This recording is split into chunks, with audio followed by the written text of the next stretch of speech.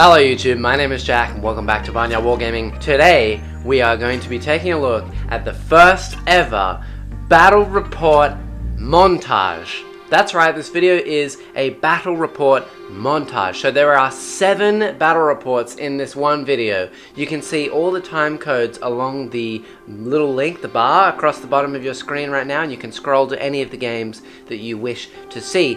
But for those of you who have been following along with the channel, these are the past 7 battle reports that we have done. They are the tournament games, which you can find in our playlist in the top right hand corner over there. It is the 7 games, I hope I pointed to the right corner, that we did for the battle for Pavonis. So, if you would like to watch the videos here, you can do so in this one long video, or you can do so via the playlist and look at each individual video. Either way, views and watch time.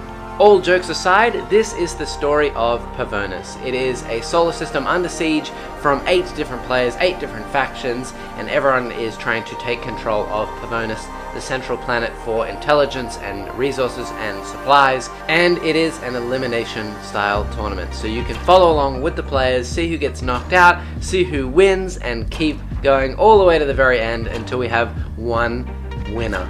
I think that this is the first ever battle report montage that you can find here on YouTube.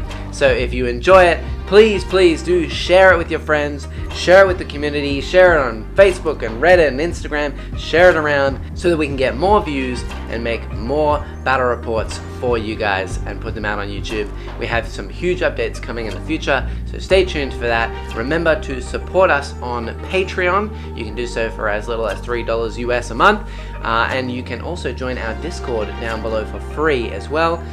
Keep up to date with our many updates and many things to come. And without further ado, please enjoy the battle for Pavonis.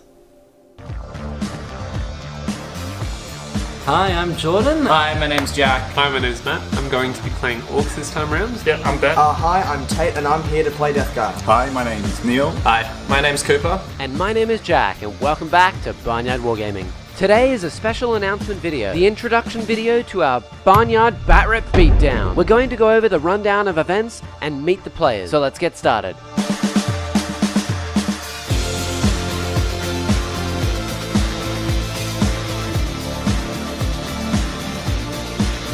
And now for some lore.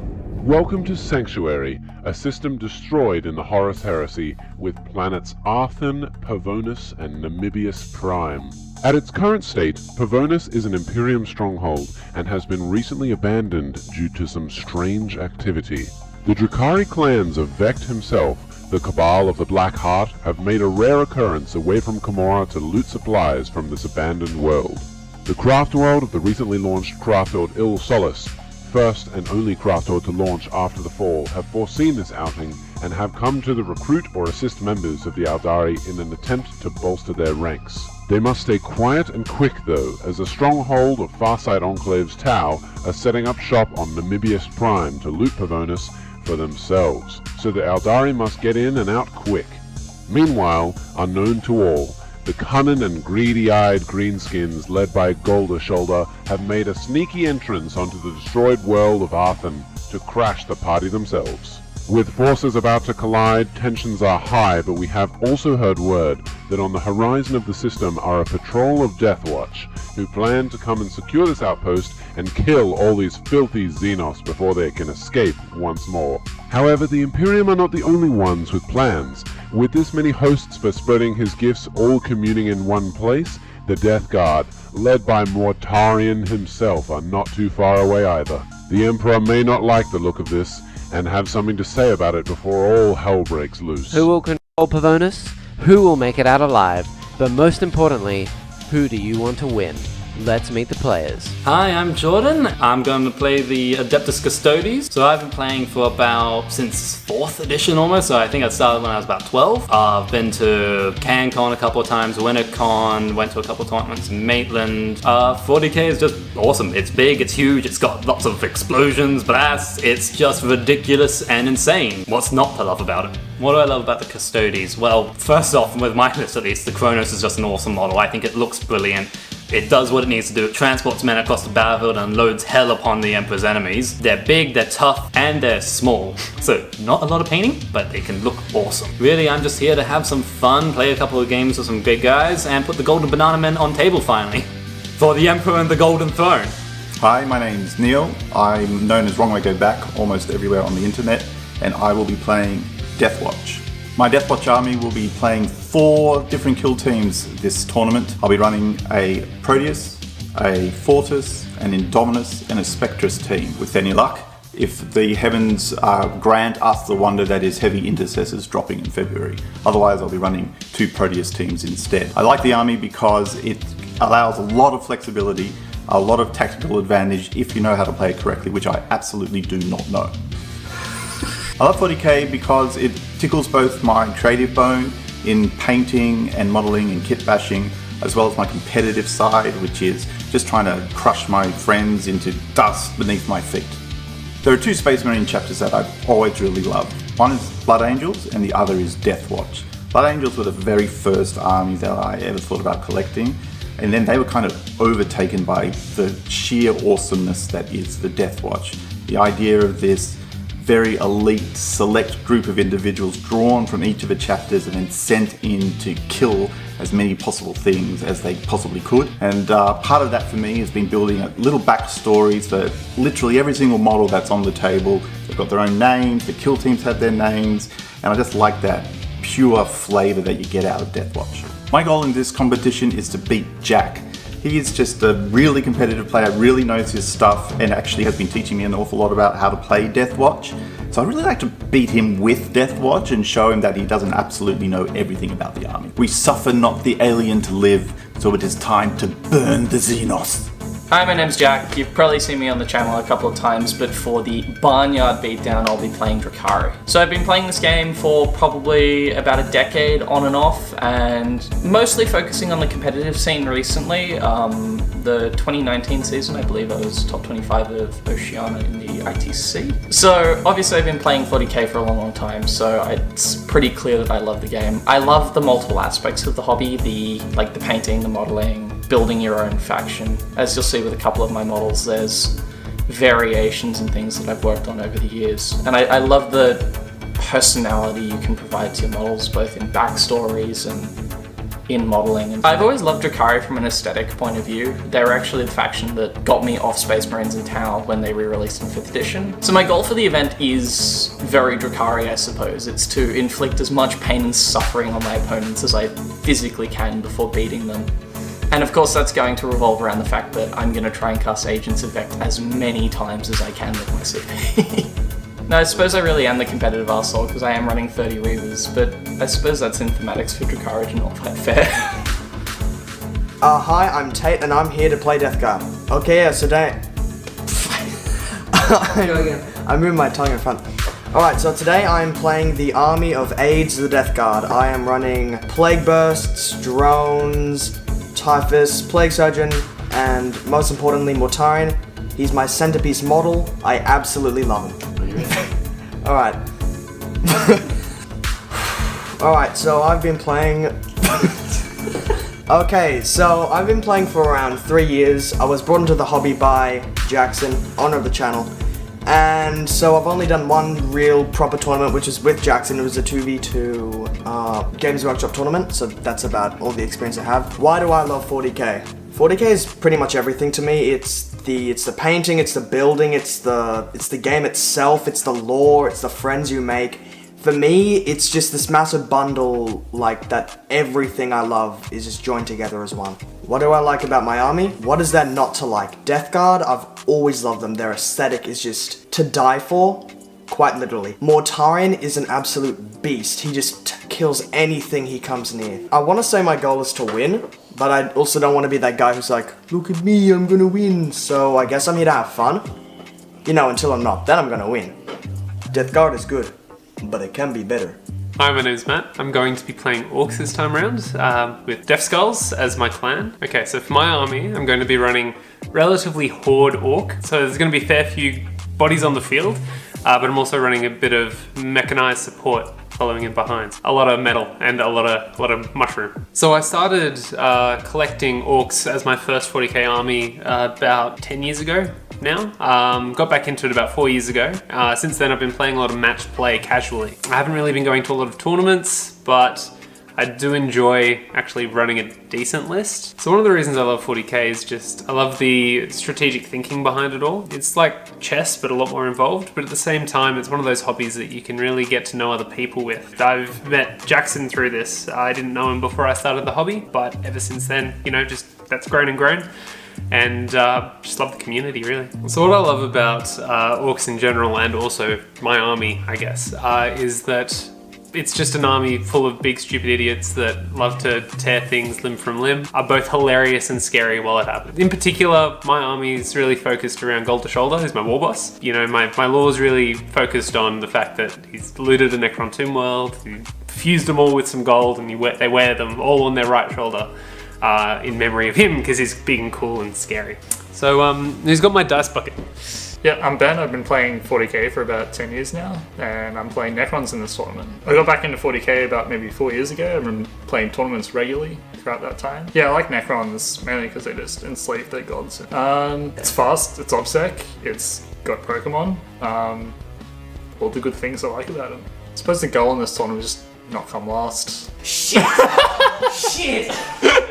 Please save that. Damn it. It will be saved. I suppose it's time to get clapped round one. Hi, my name's Cooper, I'm running Tau, and I'm playing Farside Enclaves. I'm running Battlesuit Tau, I've got some Commanders, some Crisis Suits, and a Riptide, and then I've also got some Breaches, Devilfish, and Piranhas to round out that objective game. I've been playing 40k for a year. I generally play match gameplay with my friends, and I'd like to go to a few more tournaments, but COVID. I just really love the game of 40k itself. I love all the tactics and the creativity that go on when you're on that tabletop, and it just brings me a lot of joy. So when I first got into 40k, I just picked a color scheme that I found and really loved, and then it just so happened to be Farside Enclaves, and then the rules and the lore just perfectly matched it, and it was everything I could have asked for. So I've got 3 goals this tournament. 1, don't get crushed by Mortarion. 2, make people go when you charge them with Tau. And 3, have a great time. I may play Tau, but at least I don't play Marines. And last but not least, it's your gorgeous narrator. If this is your first time here on this channel, then my name is Jack, and I've been playing 40k for 12 years now. I will of course be using my colourful Craftworlds in this tournament. Craftworld Il Solis, led by myself and Farseer Iliathan. I'm bringing back the Lynx from its horrible loss against Jimmy in the last bat rep to give it another chance. And although it's not the wisest move to bring a Cobra, I couldn't resist such a pretty model for a battle report tournament, so it's here as well. 40k for me is inspiring new people to play it, because it brings so many valuable skills to an individual and builds connections and communities all in one game. Where else can you read, paint, build, and play another game as in-depth as Warhammer?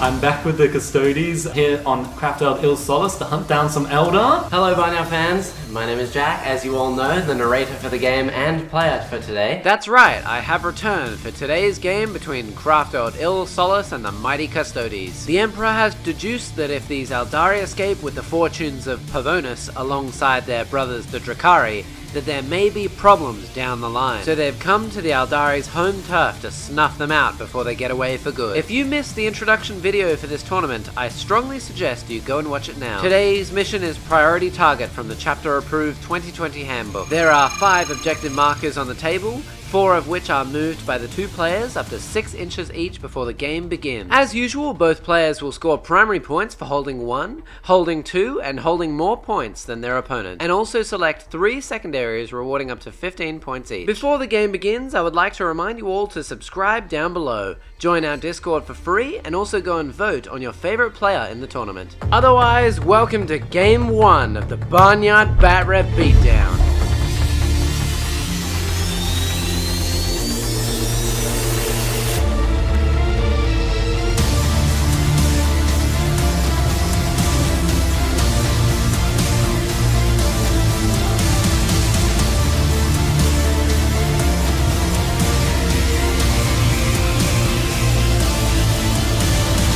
So the secondaries I've gone is Deploy Scramblers, Priority Target, and Assassinate.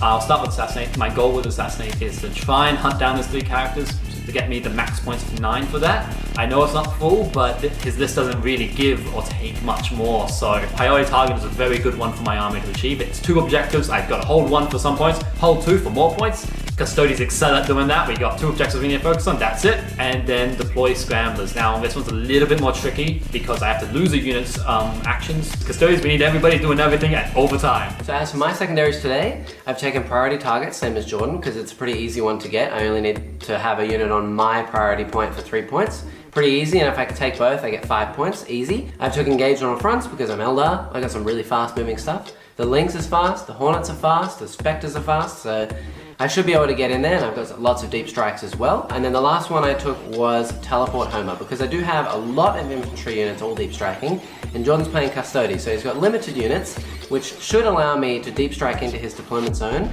Otherwise, if he wants to come to me, it's a win. If he wants to stay back, it's a win. The way it's gonna be, I suppose, it's the best objective I can take, so we'll see how it goes. Let's defend this planet.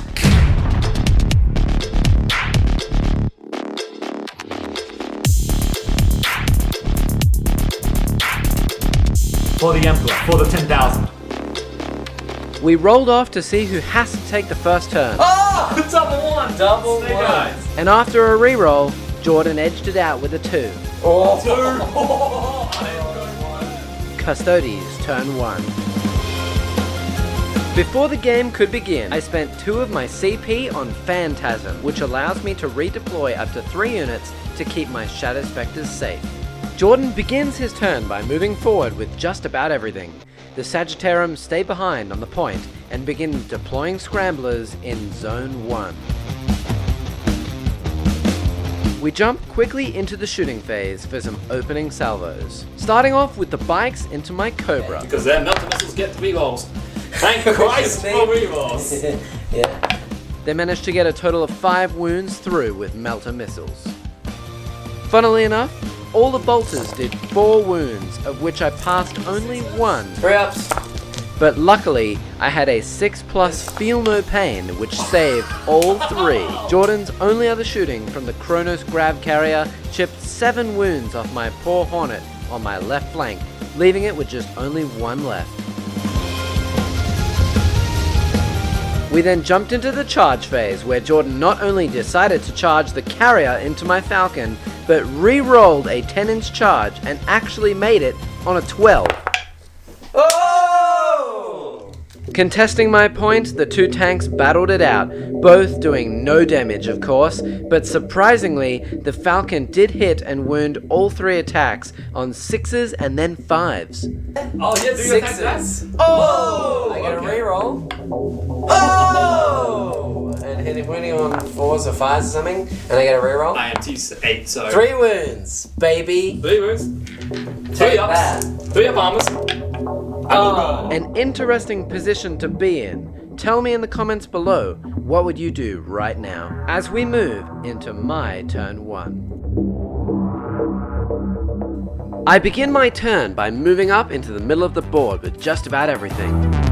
I have a clever plan to get rid of this Kronos Grav Carrier and its entire payload, along with his Warlord, by blowing it up while it's surrounded. Even a 6-inch pileout would not suffice against this many tanks. Now going into the best phase, the Psychic phase.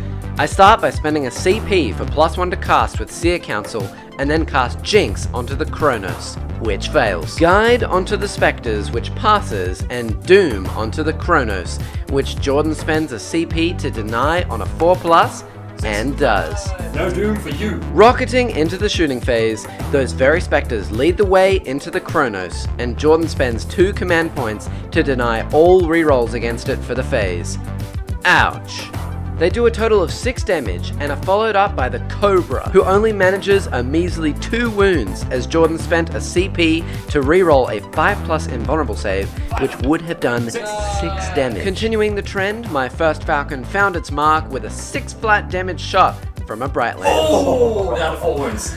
Yes! In hindsight, this is where I should have left it, as Jordan cannot move and cannot get out because everything is too big, giving me another turn to shoot it next turn, as I'm already holding this point. But I wanted it dead, so the second falcon finishes the job. Exactly enough. Now here's where things get interesting. Jordan has to roll to see if it explodes first. Then he places models if he can, and then rolls a dice for each of those models. If he rolls a 6, the Hornet that the Kronos took down to only 1 wound will die, and 500 points of his army will get out and completely wipe my backline. Do I explode? Please no. Please don't roll a 6. Explode. Wait. No! Yes! What does that mean? Means it's gonna do a lot of damage. That's a very bad sign for me. With just the links left and being flat 3 damage, I found it pointless to shoot into those models, so I shot into the Sagittarium across the board to try and kill them all and deny some points, and only killed 1. Lastly, my other Hornet tries to avenge its brother who didn't even get to play, and does a measly 2 damage into the Sagittarium. A rough turn for the Aeldari. I did forget to mention that a unit of Dire Avengers that got out of a Falcon took the teleporter to the floating island on the other side to grab me and engage on all fronts. As usual, I was way too aggressive with my playstyle and charged my Kronos Grav Carrier straight into the heart of the forces, which in hindsight was very dumb. I could have lost easily over a quarter of my army in a single fell swoop. Well, I tried my best to play that as tactically as possible. However, because one of my Hornets was on a wound, and the vehicle exploded on a 6, thanks to the freaking Emperor's guiding light, he had a spot to put his models, and now I have to deal with those bikes, I gotta deal with the character, I gotta deal with the guard, some winged boys, but man, that was a hard turn. I don't know what's gonna be left after this. Those Dire Avengers are getting me 2 points in the backfield, and I've got a lot of stuff coming in from reserve as well. So we'll see what I can do. At the end of round 1, Jordan spent a total of 6 command points, leaving him on 6, and scored 3 points for priority target. However, he will score another 10 points at the beginning of his turn for primary, whilst I spent a total of 3 command points, leaving me on 7, and scored 5 points, 2 for engage on all fronts and 3 for priority targets, as we go into round 2.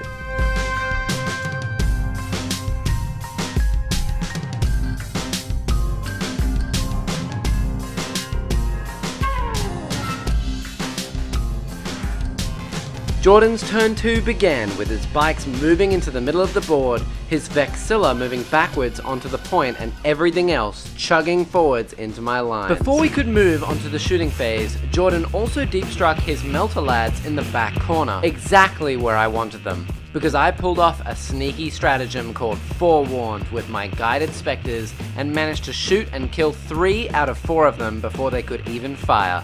Take that, you big golden nerds! After taking them down, they used Fire and Fade to move behind the rock away from the Terminators in front of them, while still protecting the 2 Psykers. Jordan's shooting phase then began with lots of small arms fire, killing my Dire Avengers and doing some wounds to my Cobra and Falcon. The Sagittarium managed to shoot into the Lynx and do 2 more wounds, before he spent another 2 CP on the Winged Boys to give them extra shots and automatic wounds on 6s to hit. They scratched another 4 wounds off the paint job of the Lynx, before the bikes managed to kill off another 3 Spectres, despite them having a 2+ armor save. The charge phase proved even worse for the Aeldari, as Jordan made every single charge against the Cobra, Lynx, Falcon, my 2 Psykers, and even the Shadow Spectres through a guided overwatch on the last Melter Spear.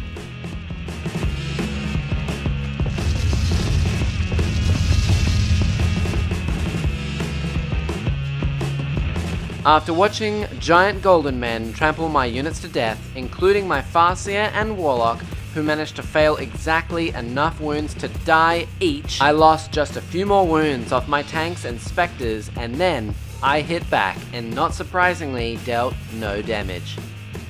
With all my units in combat, my Spectres now in the hospital, and my 2 Psykers gone, it's looking extremely dire for the Aeldari. Let's see what I can do in my round 2.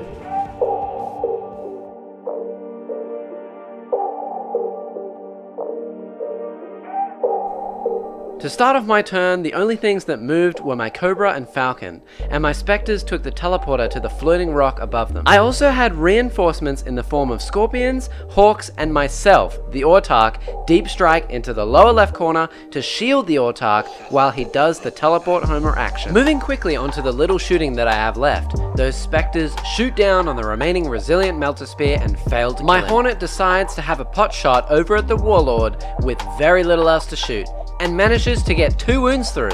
I spent 2 command points on the Cobra to allow it to fall back and shoot, so it could have a go at shooting into the Sagittarium. 2d3, watch me roll 1 or 2 again. There it is. And now 6. 4 ups. Okay. Killing just the one guy with 1 mortal wound. Although it did manage to get its Bright Lance through on the Vexilla, rolling a 3 for the damage, taking him down to just 1 wound remaining. At this point I thought, what the hell, I'll give it a reroll and got yet another painful 3. I'll do it in the train. In the show. 3, nah, he's 11-1. The final nail in the coffin came shortly after as the Falcon shot its payload point blank into the Warlord. Yeah! Decent damage, guys. Bypassing his 3+ invulnerable save with his Bright Lance. Can you kill him? No! And you want to use your reroll. And of course, rolled a 1 for damage.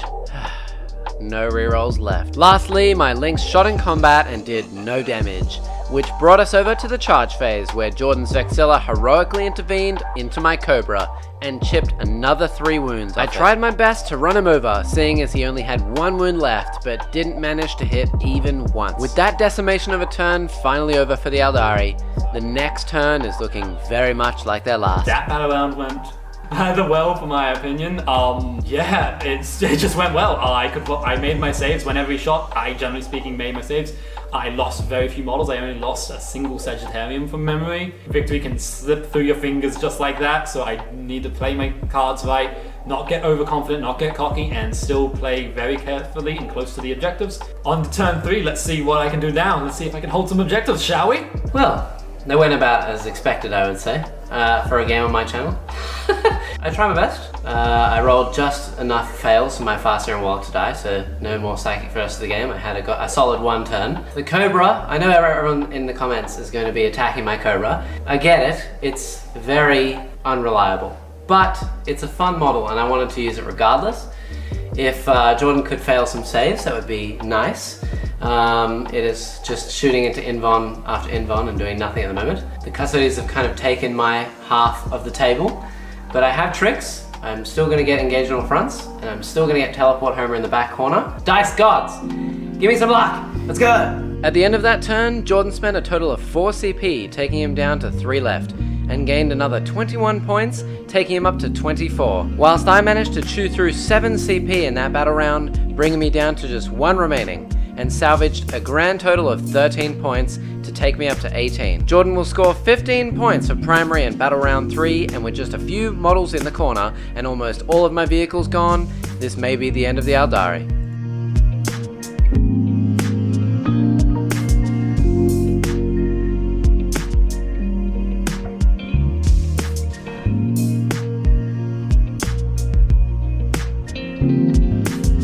In turn 3, Jordan consolidates his control over the map by moving his bikes over once more to touch my Cobra. His Terminators take a stroll towards the teleporter in the back to try and make use of it for future turns, and everything else stays put on the points they're on to make sure that the world is theirs.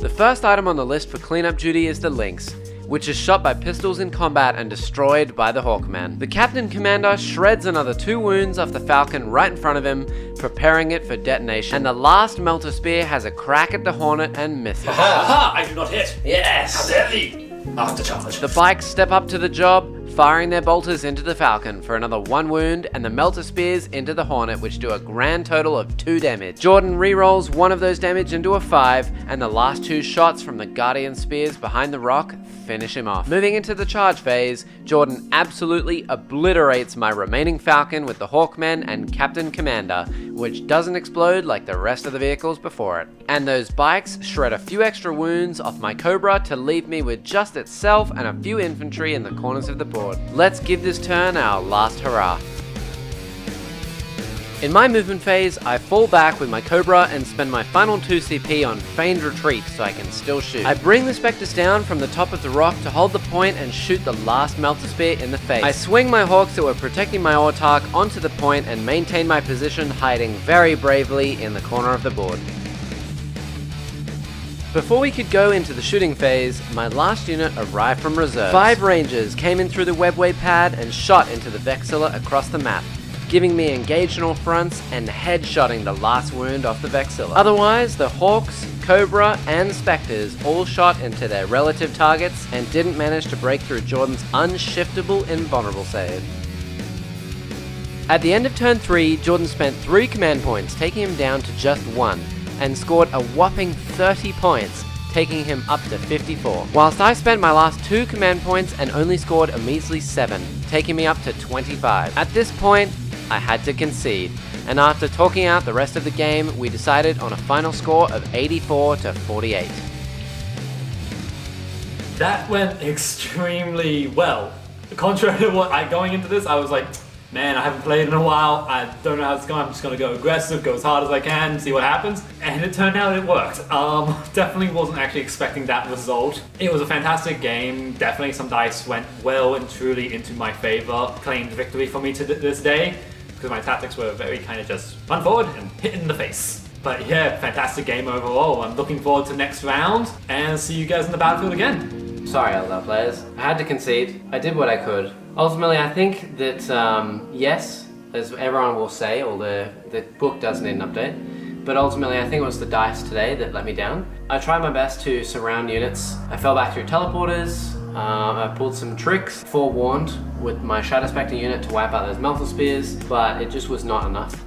The Cobra as well, yes, everyone will say it didn't pull its weight. It totally could have. It could have one-shot everything, but also on the flip side, I did roll 3 shots instead of 6 for it every single turn. I couldn't get through the invulns. I would either miss or not wound, or he would pass a save. So, yes, I'm done. I'm out with a score of 48. Craftworlds El Solis has fallen. Once again, it's a sad day, but hopefully the Drukhari will come through for me. Jack, you're on your own.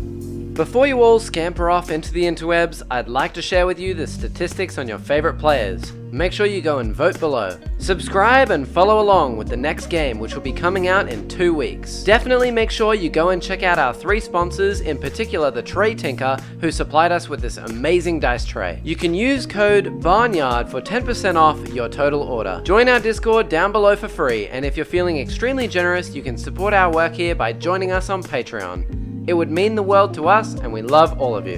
Which is currently Ben, George, Connor, and Julie. Now that Craftworlds El Solis has fallen, and the Custodes have taken their place in the universe, what will be in store for the next episode of the Barnyard Batrap Beatdown? You can find out next time here on Barnyard Wargaming. Special thanks to Jordan for joining us for this game. Make sure you show him some love in the comments, and otherwise, my name has been Jack, and we'll see you all in the next episode. Peace.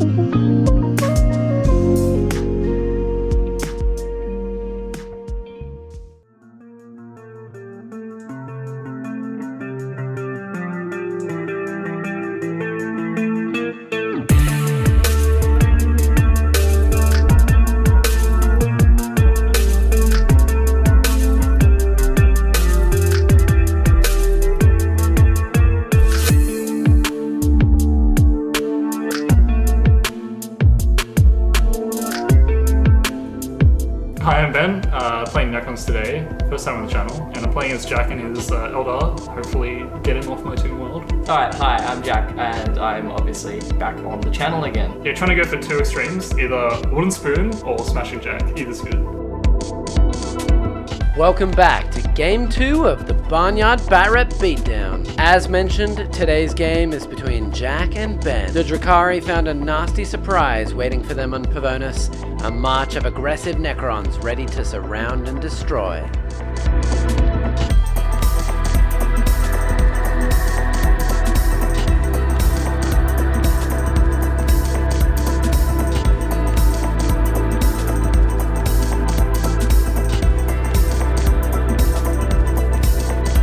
Surround and Destroy just happens to be today's mission. There will be 6 objectives on the battlefield, and players will score 5 points for holding 1, 10 points for holding 2, and another 5 points for holding more than their opponent in their command phase. Here is your fortnightly update on your favorite players in the tournament. Don't forget you can go and vote below. Also remember to go and check out our sponsors, particularly the Tray Tinker, who supplied us with this lovely gaming tray to see who goes first.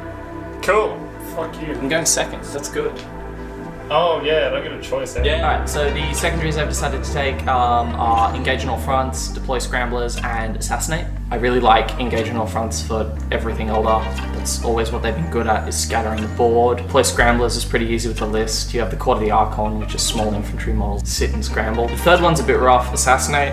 I didn't really have a good option that I like. One of the weird things about this game is I do have to kill Rigby's Catans pretty quickly, and if I don't, I'm going to kind of lose anyway, so I might as well make that my game plan and score points from that. For the secondaries, I'm taking Treasures of Aeons, bring it down, and Deploy Scramblers.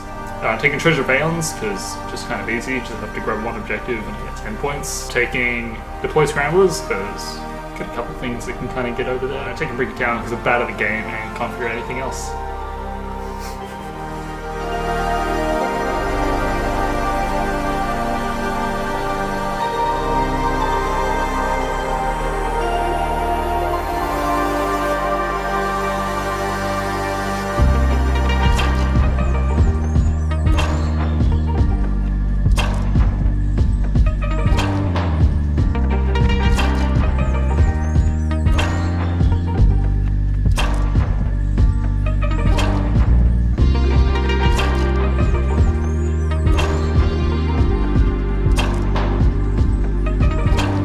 We start off this game with a rather quick turn from Ben. After moving up his entire army except for his Satans, due to his custom ability trait before the game begins, Ben takes a rapid forward push onto the middle objective. As part of his secondary called Treasures of Aeons, Jack has to select 3 objectives that Ben then needs to hold for extra points, and he chooses objectives 4, 5, and 6. Naturally, Ben rushes forwards onto these points. In fact, he tries to advance onto one of them using his Satan shard and rolls a 2. With a reroll coming out, Jack decides to pop in as well with a Vex so that he can't reroll it. Still, you see it.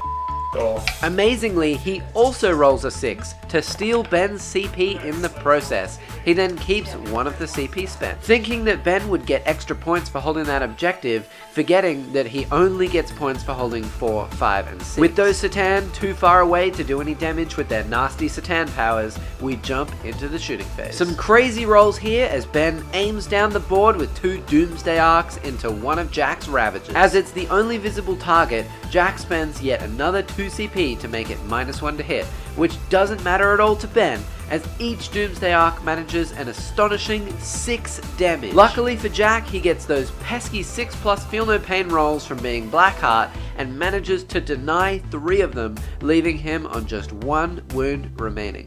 I have 3 CP.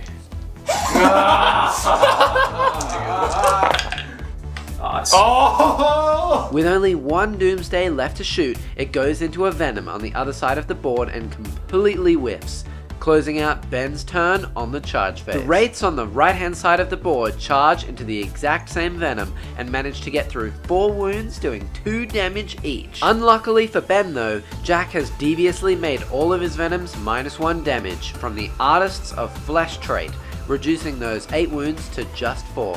Save 1. 4 damage. 2 damage each. 4 damage. Oh, fuck right. Yes. The turn quickly ends with Lilith heroically intervening onto the Wraiths as well, and giving her best, only to be denied by the Wraiths' 4+ invulnerable save.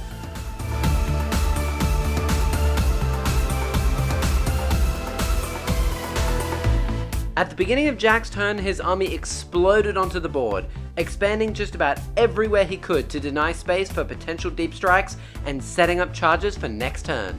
The Reavers, Talos, and Venoms moved up, except for the one that was in combat who dropped its troops onto the point to hold it and then fell back. And the Ravager, now on 1 wound, limped over towards the center. To start off the shooting phase, a smattering of small arms firepower lit up the Wraiths for a few wounds. Grenades, Splinter, and blasters unloaded into the Scarabs in the middle, removing just enough of them to have only 2 remaining. Even after Ben miraculously saved 1 with reanimation. Yes! Wow. With the Cryptek now exposed, the wounded Ravager lined him up and disintegrated him on the spot. To follow that up, some Heat Lancers from the Talos were fired into a Doomsday to do absolutely nothing, and the rest of Jack's firepower went into the Scarabs on the left flank, only doing a few wounds. Leading swiftly onto the charge, Jack decided to play quite safe, not allowing Ben to slingshot either of his Satan forwards with charges, and stayed where he was. Except for one potential charge onto the Doomsday on the left side, which failed, even with a reroll. Alright, so turn 1 went a little worse than I expected it to, but it's still pretty fine. I took a bit more damage on the Ravager than I wanted to. I did what I needed to. I killed the Scarabs. I kind of got him off one of his objectives. He still does have a lot of threats. The Catan are untouched, which is a little scary and problematic, but we'll see how next turn goes. Jack, get the fuck off my lawn. I was kind of hoping on getting the second turn, but it didn't go as planned, so Catan kind of did nothing this turn. But it's still untouched, which is all good. Got a bit lucky with the turn 1 charge, managed to get the 2 objectives that I needed for my secondary points. Yeah, lost a character and some Scarabs. Bit disappointing, but I kind of let that happen. That was on me. Don't worry, Necron fans, you heard right. Ben did spend the CP to revive his Cryptek, however he did fail to get back up and was destroyed. At the end of turn 1, Ben scored a total of 3 points, all from Treasures of Aeons, and spent 5 command points to do so. While Jack gained 6 points, 3 for Assassinate and another 3 for Engage on all fronts, spending a total of 6 command points along the way. Ben scores a total of 10 victory points at the start of his round 2. So let's see what he can do.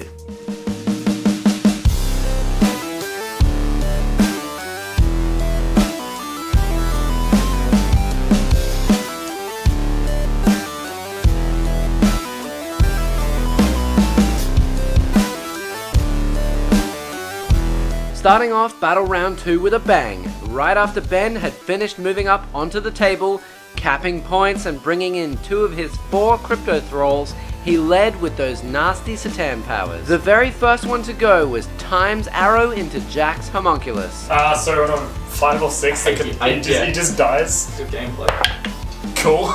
Yeah, cool. What? And with a roll of a 6, he was instantly removed as if he'd never existed. The other Satan powers managed a total of 5 wounds onto the Venom on the right hand side and 3 onto a unit of Talos on the left. Before moving on, the Veil of Darkness was also used to allow Ben to deploy Scramblers in the midboard and give him some more treasures points. Pulling us over to the shooting phase where Ben had, let's just say, less of a fantastic time. Although his small arms fire managed to bring down the Venom and all its witches on the right hand side of the board from the side sponsons of the Doomsdays, the main cannons fired into the Ravager on 1 wound. Over. 1 shot. Oh, that's all he needs. Misses. And over. 2 shots. Oh, come on, don't. 2 hits. Yep. 1 wound. Yep. And over again. Nice. And despite it being on 1 wound, 2. No. You don't. I'll roll it on. Ooh. Yeah, come on. Fucking try. it took no damage at all from all 3. Luckily, Ben still had the charge phase to go, where the Nightbringer finally made contact. The Scarabs on the left went in against the other bikes, and the Wraiths clambered into the Cabalites and Lilith again. Safe to say that Nightbringer made very quick work of those 3 bikes, however the Scarabs were less lucky. And finally, Jack spent another 2 command points to make those Wraiths hit on 5s, of which they hit none at all. They then got hit back by Lilith. Lilith will attack. So she gets 4 extra hits. And all the Cabalites, killing 3 of them and giving Jack the point for his turn 2. Not a great turn for Ben and the Necrons.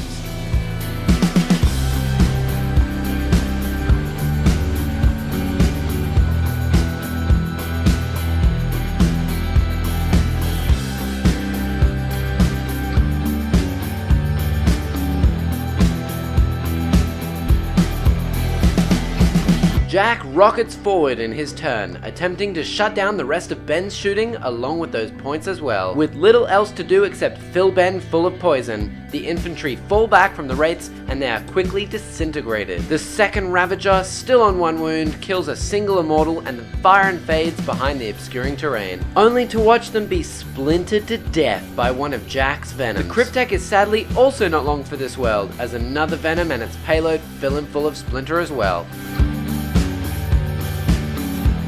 Luckily for Ben, his Doomsdays are shot by a few Heat Lancers and a Blaster, which all do nothing, alongside some very lucky Scarabs who still have an invuln from the Cryptek at the beginning of this round. Yeah! I'm just charging now, like. However, the luck doesn't last long and is quickly ripped away by some chain flails as the Scarabs are torn asunder. And although they are the only ones, the unfortunate Doomsdays are locked in combat by Venoms and Talos, and 2 out of 3 of them will be entirely useless next turn. To rub salt into Ben's wounds, his poor Cryptek dies in exactly the same place as his brother before him, and doesn't get back up either. Rough. Well, that was a much better turn too. So obviously Rigby got a bit unlucky across the board. The Wraiths failed, the Doomsday Arcs failed. I got to swing back for some damage. Twice now he's tried to reanimate his Crypteks. They've both failed, so now I've picked up the assassinate points there. Yeah, I'm in a good position. All his stuff's tied up and he's running out of models. Yeah, overall not a great turn. Got a bit unlucky, made some mistakes as well. Hoping that'll work out better next turn, but I'm starting to lose models and all I really have left is some Doomsday Arcs to maneuver around and get objectives with, so bit yikes. Got 3 turns left to play. At the end of round 2, Ben had spent a total of 3 command points and used it to gain 13 points this round, bringing him up to a total of 16, whilst Jack used 4 command points this round to gain another 21 points on top of his 6 to leave him safely on 27. At the beginning of round 3, Ben only holds 1 objective for 5 points, so let's see who is surrounded and destroyed.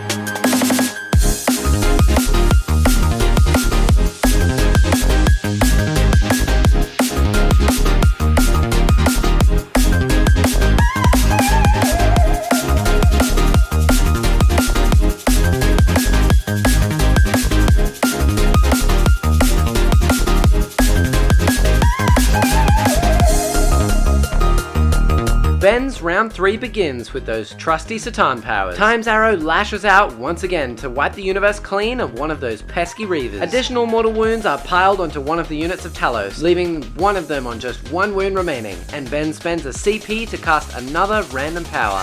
Cosmic Fire. Oh, it's time to. Yeah! Kill Bike! Bike.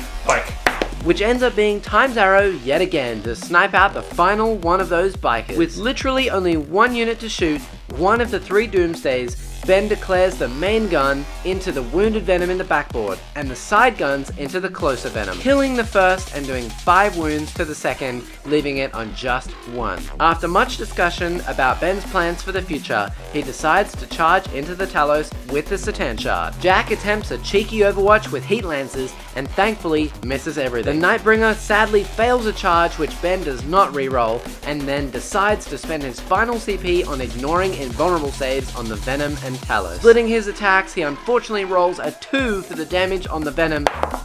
2 damage. It's enough. Minus 1. No, it's -1 damage. Oh, fuck. And you don't have CP.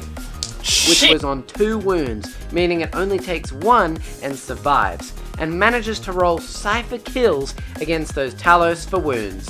Nice. Triple Whiffle, whiffle, Cypher kill. Cypher kills is what we call a triple 1, because back in the day, Cypher, the fallen Dark Angel character, had a 4+ unmodifiable save, which he took on 3 dice. Nasty. Unlucky for Ben, those Talos hit back hard and definitely scratched those 3 wounds off the Satan.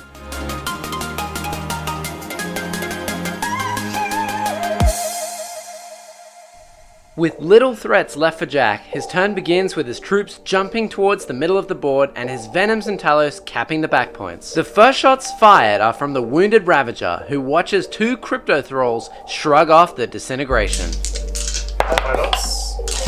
Quickly retreating back behind cover again for another CP, Jack swiftly moves onto the Venom on the back right, which unloads everything it has into those poor Scarabs in front of it, killing off 2 bases and wounding another.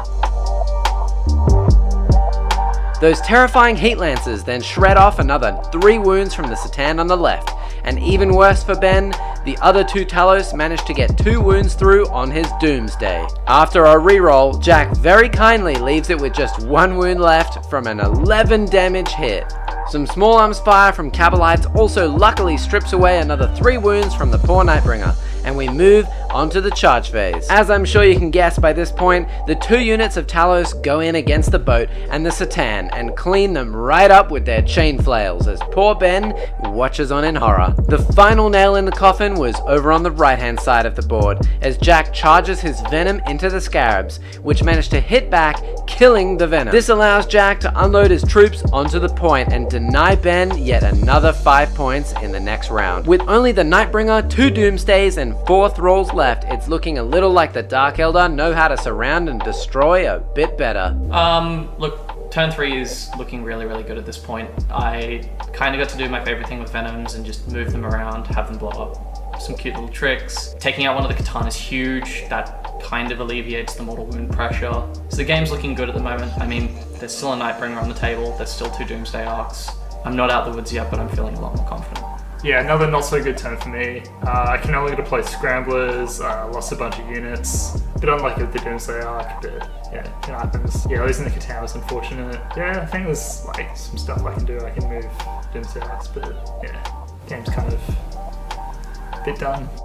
In turn 3, Ben spent a total of 3 command points to leave him on 0 in order to gain 10 more victory points, whilst Jack also spent 3 command points, leaving him on 0 as well to gain a whopping 26 points this round, leaving him on 53 points. To start off Ben's round 4, he will only get another 5 points for holding 1 objective.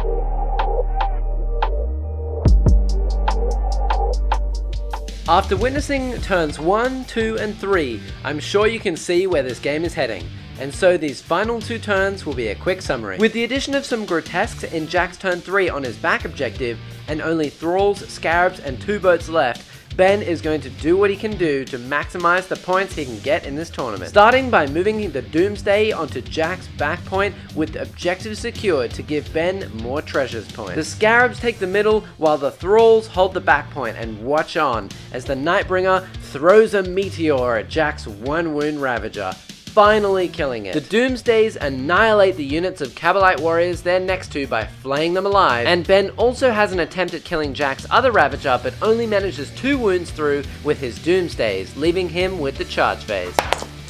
Wins. Oh. Sure, test it. 4. Actually it's 2. Fuck off. Where the Doomsday sacrifices 6 of its wounds to Lilith in order to give Ben some extra points, and the Nightbringer sadly fails his charge onto the Talos in front of him, even using Ben's last command point. As we move on to Jack's turn 4, where that fresh Ravager decides to disintegrate those poor Scarabs. That unit of Talos chucked 3 wounds from Heat Lancers into the Nightbringer, only to charge him later on, along with the racks to bring him down to just 1 wound. He hits back, killing both of those Talos for those extra bring it down points, and the Doomsday is reduced to just 2 wounds, remaining by Grotesques and Lilith. Alright, well the Drukhari prevailed. That was a really interesting game. I'm happy with how the game went. I'm happy with how I played it. Obviously, if you roll 6 up, feel no pains at the right time, you're just good at the game. Hopefully that same tactic carries me further in the next games. Kind of disappointed. Hoping that if I didn't win, I would have just bottomed out and gotten last in the tournament. But obviously that didn't happen because Jackson's just such a shit player. I can't believe that guy. Not being able to get Scramblers was a bit annoying. Maybe I could have taken something else. Yeah, it was a fun game, but didn't go my way.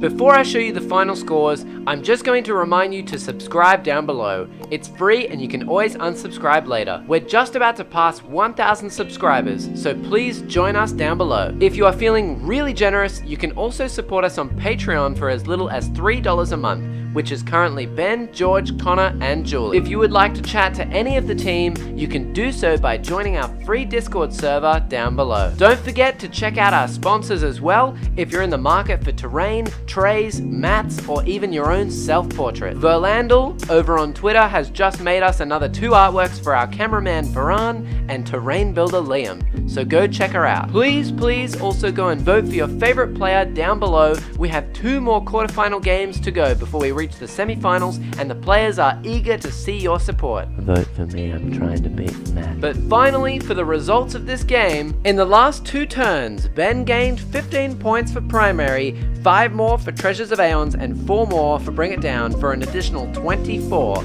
plus his painted points to leave him on 60 total points, beating my score of 48, putting him in 5th place overall currently for the tournament. Whereas Jack scored another 20 points on his primaries, 5 for Engage in All Fronts, and another 3 for Assassinate, for another 28 points, plus his 10 painted, leaving him on 91 points total, which was only 1 away from the highest score possible with those secondaries. The unfortunate Necrons have been culled back into the holes they crawled out of, and Jack moves on to the semi-finals. Stay tuned for the next game in 2 weeks' time, and otherwise, from all of us here at Barnyard Wargaming, thanks for watching, and peace.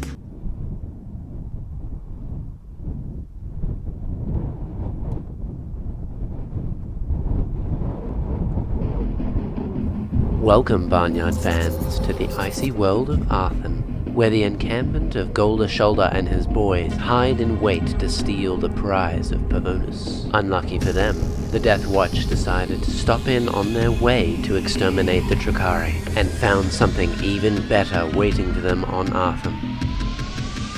Fresh meat.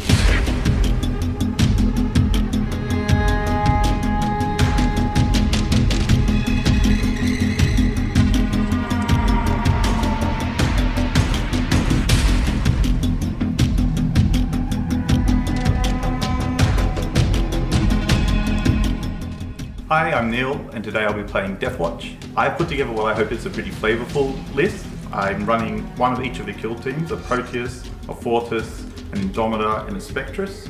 And then I'm also running a group of aggressors alongside that. I have a couple of characters in Terminator armor because Deathwatch really like to deep strike things into the fray. And then I've got a fair bit of surprise maneuverability that I'll be able to do, and I'm hoping to use that to influence where the Orks can and can't go. Hey, how's it going? I'm representing the Orks today, bringing some green to the table. It's sorely lacking. Neil brought some green too, so it's just a very green day today. I'm going to be taking a war boss to lead a relatively large green tide. I've also got a weird boy to support them, you know, make them all a little bit more choppy, throw them at him, I guess. What else have I got? I've got a Morkanaut. It is a Morkanaut, ignore the gun. I've got a truck that's absolutely bristling with rockets, so my army's probably gonna die real quick. Some meat for the grinder. Today's mission is Overrun, where both players converge on the battlefield at breakneck speed, determined to take control of this region in one fell swoop. In this mission, there are 6 objectives, and players score 5 points for holding 2, 10 for holding 3, and another 5 for holding more than their opponent at the beginning of each of their turns. If you haven't yet subscribed, I urge you to do so now. It's free and you can always unsubscribe later. Also, do not forget to go and vote for your favorite player down below. This is your fortnightly update on your favorite players. Today I have Thin the Ranks, Assassinate, and Raise the Banners. Thin the Ranks because he has a lot of models and he can bring them back, and even if he brings them back, that actually counts more towards the score. Assassinate because he has some important characters. I have snipers, see how we go. And then I've Raised the Banners. So I'm hoping to be able to raise 3 banners on my first turn and see how well I hold them, though I don't hold much hope against so many Orks. So I'm taking Domination. I'm also going to be taking Raise Banners and While We Stand We Fight. Mainly because I like to dominate the battlefield, because Orks are great, and if there aren't enough Orks on the battlefield, I am sad. I'm going to take the Raise Banners because throw some more Ork sigils up in the sky. I think that's fun. And the last one is While We Stand We Fight. So that's going to be a whole bunch of Ork boys that he has to kill, and also the Gorkanaut / Morkanaut. It's actually a Morkanaut. That I'm going to be making a lot of mistakes with that. That's going to be deep striking at some point. The players roll off. 3. Ork symbol is 6. And Matt takes turn 1.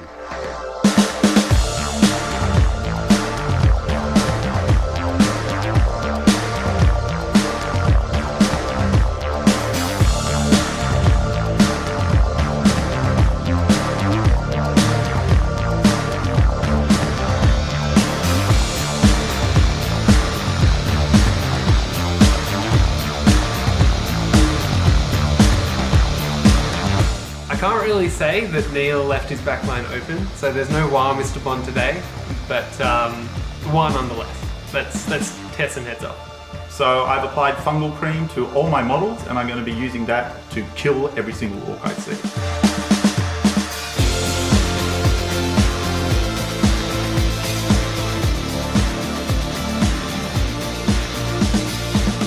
An exciting start to Game 3 as Matt's very first move is to rocket his bomber across the sky into Neil's lines, bombing some infiltrators for 3 mortal wounds and then suiciding itself for 1 command point to automatically deal 3 mortal wounds to every single one of Neil's units thanks to its custom job. Neil shrugs a couple of them thanks to his apothecary, and the rest of Matt's units, including the truck full of rockets and the Deathcopter, shuffle forward. Spending a further CP to mob up, Matt, being the orc player he is, casts Warpath, and then the jump on his 40-man boy unit in the backline, taking a single mortal wound from perils in the process. Shaking off his headache, the weird boy watches his boys teleport into a hailstorm of firepower as Neil uses Auspex scan to cut down 11 of Matt's boys as they land.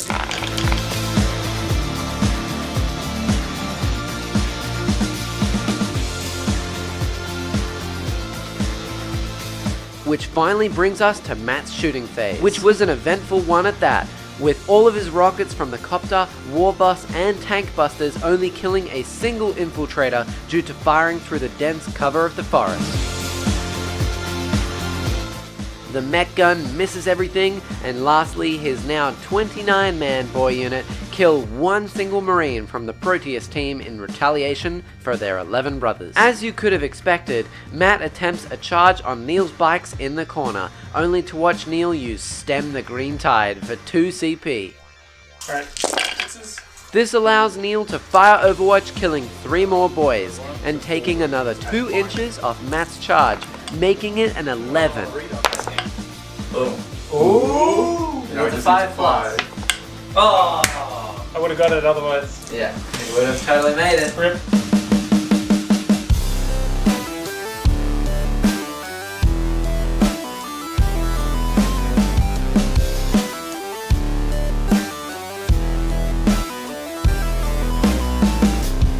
And a rather concise turn from Neil as the Deathwatch indeed stem this green tide. Neil begins with a small shuffle forward from just about everything. The apothecary brings back an intercessor and heals himself back to full health, while watching his brothers just obliterate Matt's poor boys with a hellish amount of firepower. After the smoke clears, 8 of them are left, and the only thing left to do is charge them with the Outriders and slice them up with their chainswords. Those poor boys were teleported into absolute torture. The only other thing left to say is that during this turn, both Matt and Neil raised banners on all 3 of the points in their own territories. So I feel like that went okay. I managed to remove one of the orc mobs, which is good. I needed to get that out of the way.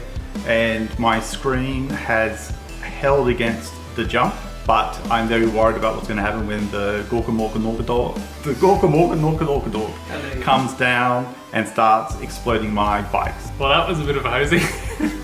That was quite bad. The boys not making it in is rough. I kind of expected it because I knew that he had, because he has those little scrambly dudes in on the kill team. But hopefully this turn, I'm gonna get some damage through with my heavy weapons, mince up some marines hopefully, and then let's throw in a fucking Morkanaut and see what happens there. At the end of round 1, Matt spent 2 of his CP, taking him down from 9 to 8 after gaining 1 this round, but scored 0 points. Whilst Neil spent 5 of his command points, taking him down to just 4 remaining in order to gain 5 points within their ranks, one of which was Matt killing his own plane. To start off round 2, Matt will score 10 points for primary and 3 points for his raised banners. Let's see how these orcs retaliate.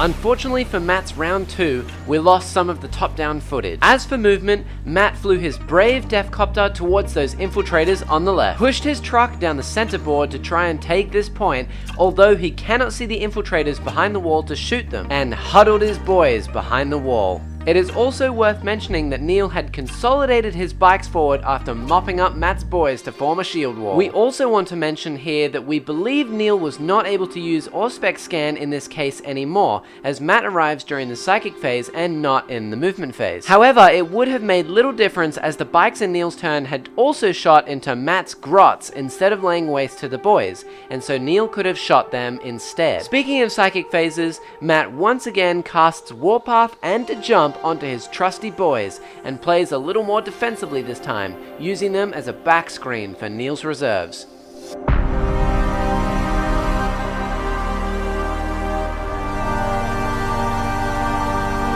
Followed up by another lackluster shooting phase, poor Matt managed to kill a total of 2 bikers with absolutely all of his shooting onto Neil's units, including the newly arrived Gorka Morkanaut. However, Matt's Warboss did force a reroll onto Neil's infiltrators on the left with a rocket. Bring the Warboss. Daka Daka. Get your reroll. 2 wins. Hey! I'm going to CP reroll that.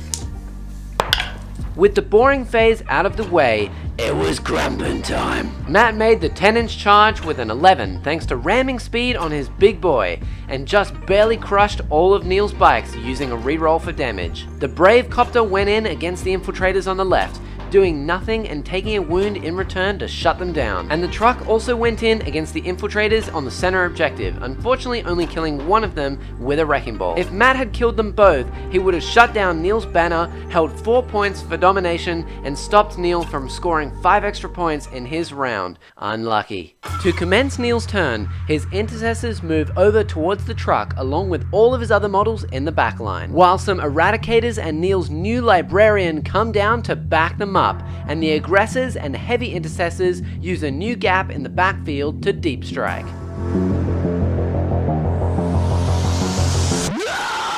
With the librarian now on the table, Neil's psychic phase begins. He does fail a power, but he succeeds with Fortify with Contempt. Before we get to witness its potential, this absolutely horrific unit called Eradicators push 11 wounds through the armor of Matt's poor Gorka Morkanaut, even after passing 3 out of 5 saves of his custom force field. Sadly for Matt, all it takes is for Neil's Proteus squad with heavy bolters and flamers to just look at it funny, and just like that, another 7 wounds are stripped away, crumpling it to the ground, not even allowing it to explode. The newly arrived heavy intercessors make their first ever game a memorable one, as well by wiping 4 of Matt's tank busters off the table in one shot. While Neil takes no chances on the aggressors next to them and unloads everything onto the grots on the point, before they use a reroll for charge onto Matt's mech gun, obliterating it with their fists and taking the point for themselves. Which brings us to a rather interesting combat with Matt's truck. After being charged by the Watchmaster, the Proteus team, and the Intercessors, the truck dies, and Matt spends his CP to get out within 6 inches using emergency disembarkation, so his Warboss and Tank Busters may live.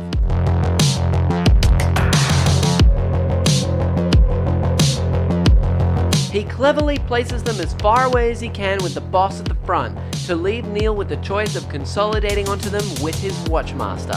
If he does, the Tank Busters may not shoot next turn, but the boss would get to hit him back. Insanely, Neil is not afraid and takes these odds. Come on, just ones. Hitting on 2.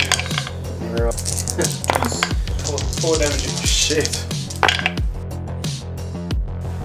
You good? Yep. All 5 up.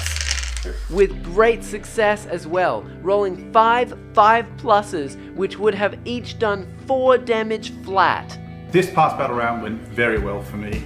I managed to kill the Gork, got the truck and everything out of it. We took the grots off a objective, and we've managed to hold on to 2 of my objectives. So that was a toasting, literally in some aspects, because the flamers helped destroy that Morka Gorka Dorkanot, which is painful. That was rough. But that being said, I think I might be able to do one final punch with the boys, get one final hit in before I get tabled. So that'd be nice. We'll see. To conclude turn 2, Matt spent another 4 CP, taking him down to 5 remaining, gaining another 10 points for primary and 3 for his raised banners, whilst Neil spent all 5 of his remaining CP and gained 16 points in the process, 10 for primary, 3 for his raised banners, and another 3 for thin their ranks. It is also worth noting that Matt has now lost 2 of his While We Stand We Fight units, meaning he may only get 5 points at the end of the game for that secondary, and that when Neil consolidated into Matt's war boss, he had 0 CP remaining for any rerolls. What an absolute madman.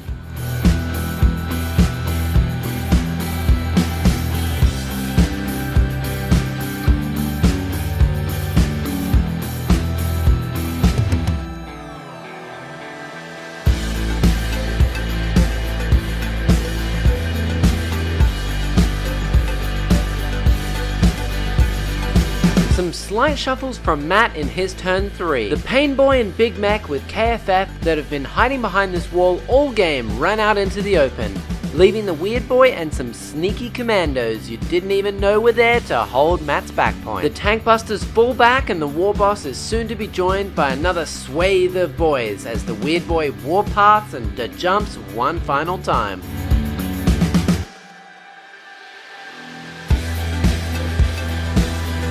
As they land, their sluggers pick off 1.5 intercessors, and before they can charge in, the MVP Deathcopter has to steal the show by killing 3 infiltrators with 2 rockets, sadly failing to kill the last one in the fight phase later on. Getting 2 6s. Well done. Deckers. So 2 more shots. However, the boys do make it in, scratching some wounds off the Watchmaster and tying down all of Neil's units. Matt then has a choice to make here. He can either use the Killer Claw all out, killing Neil's Watchmaster, thus removing him from combat and dooming his boys to a horrific amount of bolter and flamer fire. Or he may swing at him with his fists, or an attack squig, and have him survive to keep Matt's remaining troops safe in combat. You're hitting him for real. Yeah. Would a Orc war boss Mate, I'm all about the fun. Matt goes for the fun option, and just like that, we say bye-bye to the Watchmaster.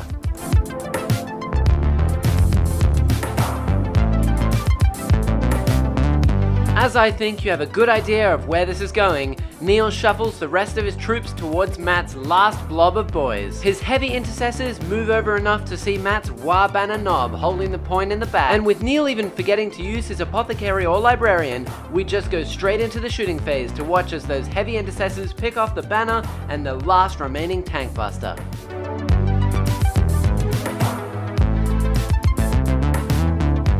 The Eradicators do exactly what they describe and just obliterate this poor MVP copter out of existence, giving Matt his last trick, which is to loot it and give all of his boys a 5+ armor save.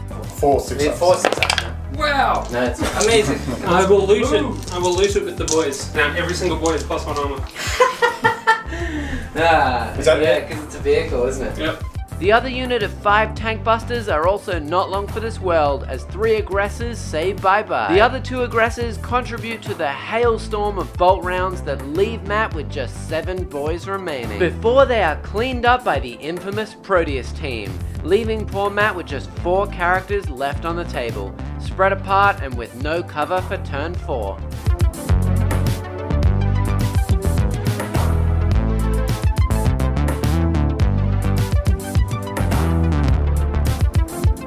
At this point in the game, Neil controls 4 out of 6 points and has more firepower than a burner with too much inspiration at his disposal, so we called it there, and Matt conceded. I'm a little surprised, but the fungal cream was effective, and we managed to kill all but 1 model within the Orks. That was intentional, entirely intentional, so that Orc can go back to its friends and say, don't fuck with Space Marines. So we got hosed. The Orks got toasted pretty hard. The battlefield smells like shiitake mushroom. Everyone's sad and miserable, mainly because they're either space marines or dead. And now the Orks have to, the fungal cream was 99.99% effective, I'll have you know. So the jury's out. There's that one Ork big mech that's floating around, throwing his spores everywhere. So they're gonna be back. Maybe not in this tournament. I am knocked out. And unfortunately, according to Jackson, he's beaten me in terms of the points. Next time, you'll see another battle report at one point. I now have a fully painted army, so I'll paint some more and I'll try and table Jackson. The wooden spoon is his! Scumbag. Going forward, I'm still laser focused on beating Jack eventually. I don't know if he'll be my matchup next round, but if he isn't, then I'm going to meet him in the finals. As I let the rest of the game play out, the final scores were 40-72 Neil's way. In the last 3 rounds, Matt managed to score another 5 points for primary, 6 for raised banners, and 6 for domination. Whilst Neil scored 20 more for primary, 4 for raise, 5 for thin their ranks, and 12 more for assassinate. Meaning that Matt has just taken the bottom spot and wooden spoon for this tournament, unless one of the 2 final players in our last quarterfinal game score lower than that, and Neil will move on to the semi-finals. If you enjoyed this video, be sure to subscribe, like the video, leave a comment, and tune in for the next battle report between Cooper's Tau and Tate's DeathGuard. If you really enjoyed it, you can support us on Patreon for as little as $3 a month, or join our Discord down below for free. Once again, don't forget to go and vote for your favorite players in this tournament below as well. Check out our 3 sponsors for all terrain, dice tray, and mat needs, and otherwise, we will see you all in the next game. Peace.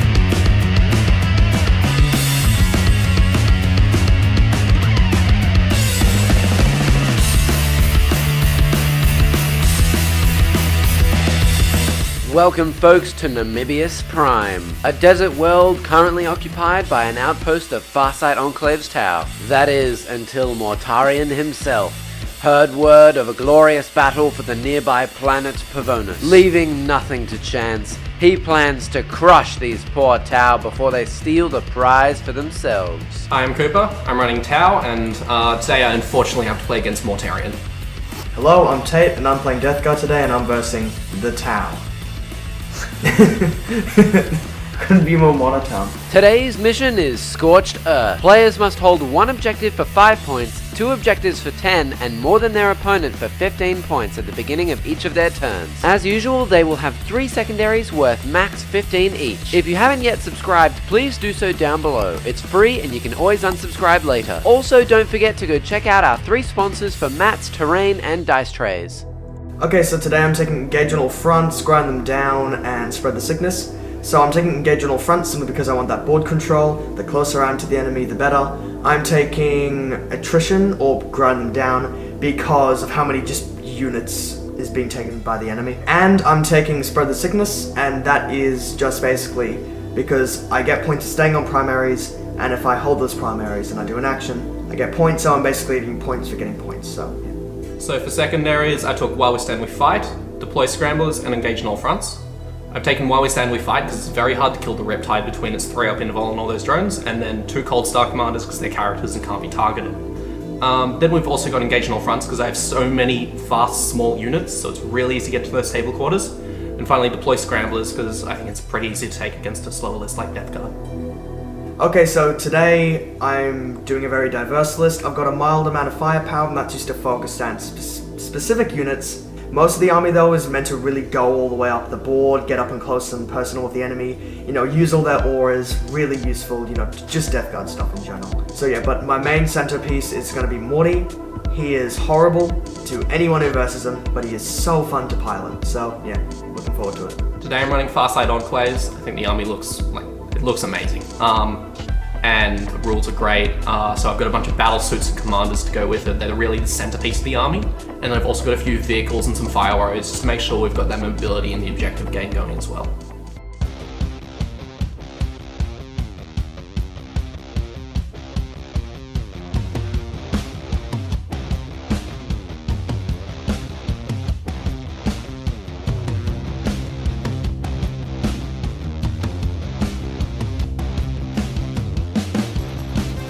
The players roll off and Tate is forced to take the first turn. 4. I think I'll take Mine. first. You take first turn? I'll take first turn. Yeah. Oh. I don't know, man. I don't Just- really feel just, like being shot to death.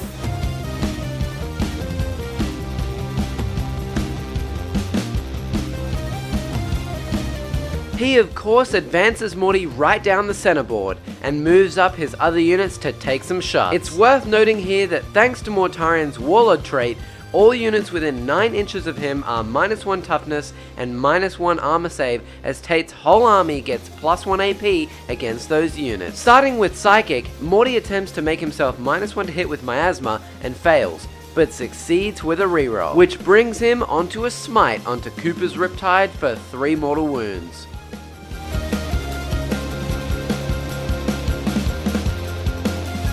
The Plague Caster successfully casts Gift of Plagues onto Morty, making his contagion range now 12 inches. And unlucky for Typhus, he fails to cast Putrescent Vitality onto the Poxwalkers on Tate's back right point for +1 toughness. Coincidentally, those Poxwalkers will also complete an action this turn to spread the sickness on that point, securing 3 points for Tate at the end of the game. The shooting phase comes around and one of the marine units on the left managed to strip 4 wounds off a piranha, leaving it with only 2 left. The crawler on the right fires downrange into the Riptide and the mortar into the shield drones protecting it, killing only 1 drone and watching as Cooper passes the entropy cannon shot to a gun drone. Tate fires with the other crawler with the mortar into the Riptide and the entropy cannons into the Devilfish. Spending a CP for Disgusting Force, he gets a wound through on the Riptide for 3 damage. Or does he? You want 2s, really. 2s. Perfect. 2 2s. Yep. Yep. Saving protocol on Gun Drone. No. Doesn't do Goes it. on through it. Five So up. Riptide has a 5 up. Three I'm going damage to flat. CP re-roll that. Yeah. Oh no! Yeah. I could have done 6 damage in 1 turn. Unfortunately, we forget until a little later that it also does 1 mortal wound to units around it, killing the other gun drone. The entropy cannons hit and wound both, doing a flat 9 damage to that poor Devilfish, which is actually finished off by 2 more marine units thanks to the extra AP from Morty being nearby. I have 14 models inside.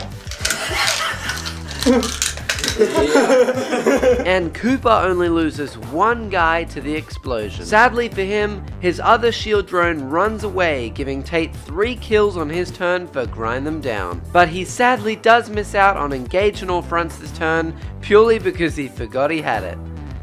Calculating every step of the way, Cooper fans out all of his models, bringing his drones and breaches forward, the crisis suits and all of his big suits away from Morty and the fish in the back, forming this perfect 12-inch bubble around Morty so that he can only move within that bubble and charge what's in front of him due to the size of his base. Clever. The commander gives up his shooting this turn to give reroll all wounds to his crisis suits in front of him, who then shoot the Poxwalkers with everything they have. Their weapons ignore line of sight and wound on 4s now because Tate failed his power in his turn. Using 2 CP to count as having 5 Markalites, they managed to kill 19 out of 20 of them.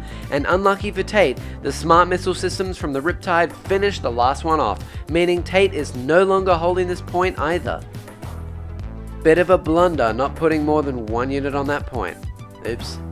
The rest of the Riptide's shots go into the drone in front of it for 3 damage, which is followed up by a boatload of firepower from every other model over there, including a supercharged Enforcer Commander rerolling all wounds for a CP, and the drone just goes down.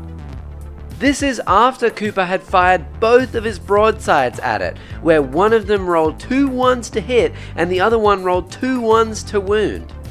I'm going to CP that. Okay. Oh my god. Cooper even re-rolled a 1 into another 1. The rest of the firepower around Morty managed to do a staggering 1 wound to him with about 30 shots. However, those breaches did chuck a photon grenade in his face to make him -1 to hit next turn. Deal with that. Just to fuck with you, one of them's gonna fire a photon grenade. If this hits, you're -1 to hit until the start of my next turn. That's AIDS. Yeah. So it has 4 shots. By the way, Tau throw grenades 12 inches. Yep, you're -1 to hit. At the end of the turn, Tate had spent 4 of his command points to go from 11 down to just 8 after gaining 1, giving him 3 points for grind them down, while Cooper spent 6 command points to go down to just 2, giving him 3 points for engage on all fronts. And as we move on to round 2, Tate now only scores 5 points, as Cooper had killed the drone and the poxwalkers on the right flank, and cleverly placed 2 drones on the left point. So the beginning of the turn was looking really promising. I thought I'd laid out everything correctly. Shooting phase, I did that reroll to kill the devilfish, and that worked out pretty well. And then I did all the mortal wounds to all the drones, so that actually ended up, working out pretty well. But I didn't get engaged. I messed up with the movement, and definitely with the poxwalkers, I didn't have anything else on that point, so I lost that point, which I should have strung out that unit of other poxwalkers behind. But yeah, just hopefully do better this turn. Mortarion is truly terrifying at the moment. I think I blocked him out next turn. It's going to get weird going on from that. Yeah, the shooting phase, he did about what I expected him to. My shooting phase in the return was not great. That bloat drone should not have taken that long to kill. And it's unfortunate that broadsides rolled so many 1s. Yeah, there's a lot of 1s at once. But yeah, I was pretty happy that I was able to clear off that back objective. I think I've set up my secondary game and my primary game pretty effectively, so even though things didn't quite go to plan, I think I have positioned myself well going forward.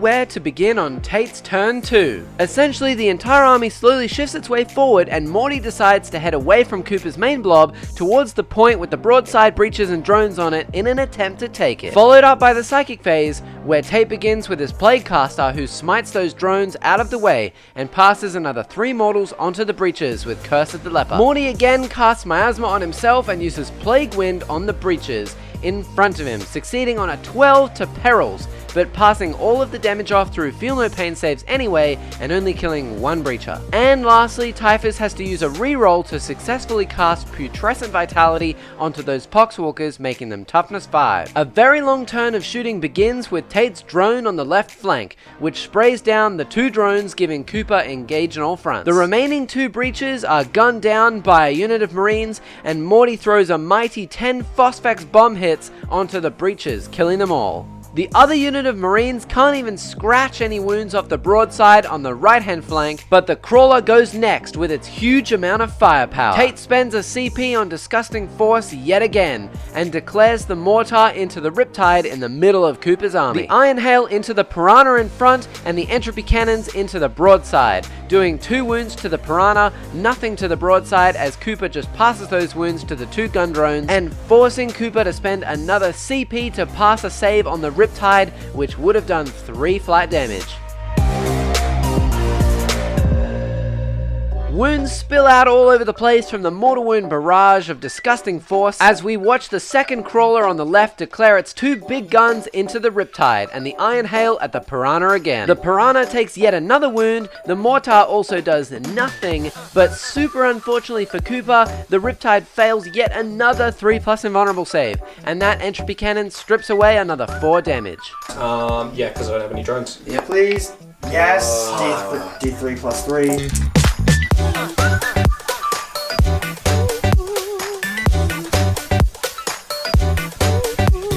Finally passing over into the charge phase, the Marines go first into the drones on the left, failing their charge and receiving a wound in return from Overwatch. Morty wisely only goes in against the broadside as he couldn't fit in between the rock and the broadside to make it to those drones and would have needed a huge charge to go over the top, but he rolled a 10 anyway and took no damage. And Tate declares the Poxwalkers into the Crisis Suits, which is essentially Cooper's entire army for Overwatch. Maybe Tate knows something that we don't know because he passes about 10 of his 14 saves on the way in on 6+ feel no pains and only loses 5 Poxwalkers, rolling an 11-inch charge. Followed up quickly by yet another 11-inch charge from Typhus, who swings first and decapitates all 3 Crisis Suits with his scythe. Cooper just cannot pass a save this game.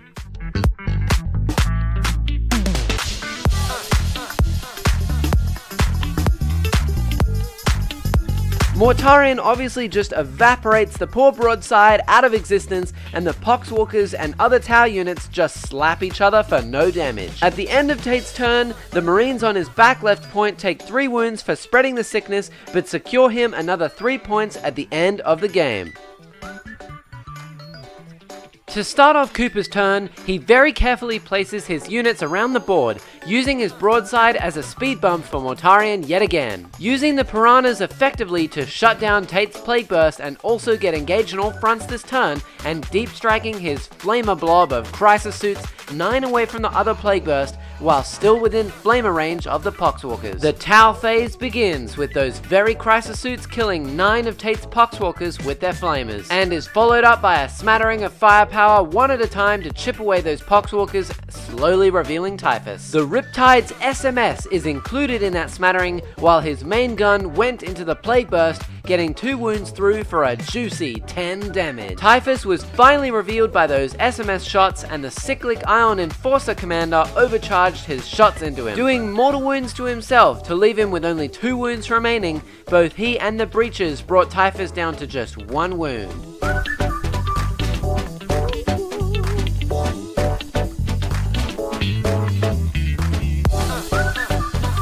And Cooper's 2 missile commanders finished off the 2 Poxwalkers and Typhus for ultimate control of the right hand side of the board. The rest of Cooper's firepower missed or didn't wound, but an attempted charge was made from the Crisis Suits onto the Plague Burst to hold that point, which failed. And Tate also spent a CP to overwatch Cooper's Piranha as it charged in to tie him down and missed. At the end of the round, Tate spent 4 CP to go down to 5 remaining, gaining 11 points this turn. 3 for engage, 3 for grind them down, and just 5 for his primary. While Cooper spent another 3 command points, leaving him on 0 left, gaining 13 points along the way. 3 more for engage on all fronts, and 10 for his primary points. As we move on to round 3, Tate scores 10 points for his primary. Okay, so this turn went, I think, better than last turn. Last turn I did a lot of stuff, messing up. This went pretty well. Typhus cleared those Crisis battle suits, so that was a pretty big highlight. Mortarion just destroyed stuff, but I felt like I should have probably moved him forward towards the Riptide because now he's quite far away. So he's not going to get there until turn 4 or 5. So yeah, I just need to pull some shenanigans. I got 1/2 of the board is entirely mine, so I just need to disrupt Cooper. Should get it. Yeah. Okay, so a few things went really well that turn. Tate kind of fell for the bait, so to speak, and charged Mortarion away from my army. I kind of left that objective to be a little enticing, so he might be able to knock me off 5 primary. And I suppose luckily for me, he wasn't able to, but now I'm set myself up for this position where Mortarion probably can't kill the Riptide. And between knocking that PPC down to 2 wounds and tagging the other one, I think the Riptide's safe for the rest of the game, so I think I'm going to score 15 for while we stand. It's too easy to tell, dice are dice, things can happen, but I think that's safe. And I've split the board like I wanted to, so I think I'll be able to score a decent bit of primary for the game, which is notoriously Tau's weakness. And yeah, I'm still set up for engage and scramblers, so I'm very happy with how the game is going.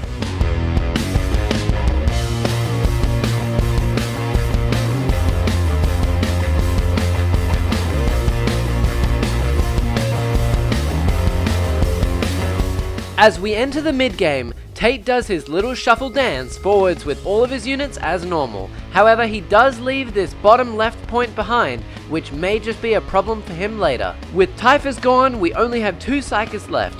starting with Morty, who again gives himself miasma and then attempts a smite which fails. And the caster on the left can only smite the 2 pesky drones in front of him to kill them off as well. Which brings us to a complex shooting phase, as Tate has many choices to make here. He starts with some small arms fire, using Morty and his bombs to wipe 2 more drones, before he elects his Plague Burst Crawler on the right to act on full profile this turn and also use the Disgusting Force Barrage stratagem again. The Rothail volley gun goes into some drones near the Riptide, instead of securing the point that he's on, killing just one of them. The Mortar goes next into the Riptide, and Cooper elects to kill off that 1 gun drone, knowing it may die to the barrage explosion. However, Cooper does need to make 1 save and of course fails it yet again with no CP left to take another 3 damage on the Riptide. Lastly, those entropy cannons fire, only 1 hits and wounds, and it is passed to a shield drone, which also hilariously shrugs it off. The second Plague Burst tries to finish the job, and all he has to do first is roll 1 4+ to hit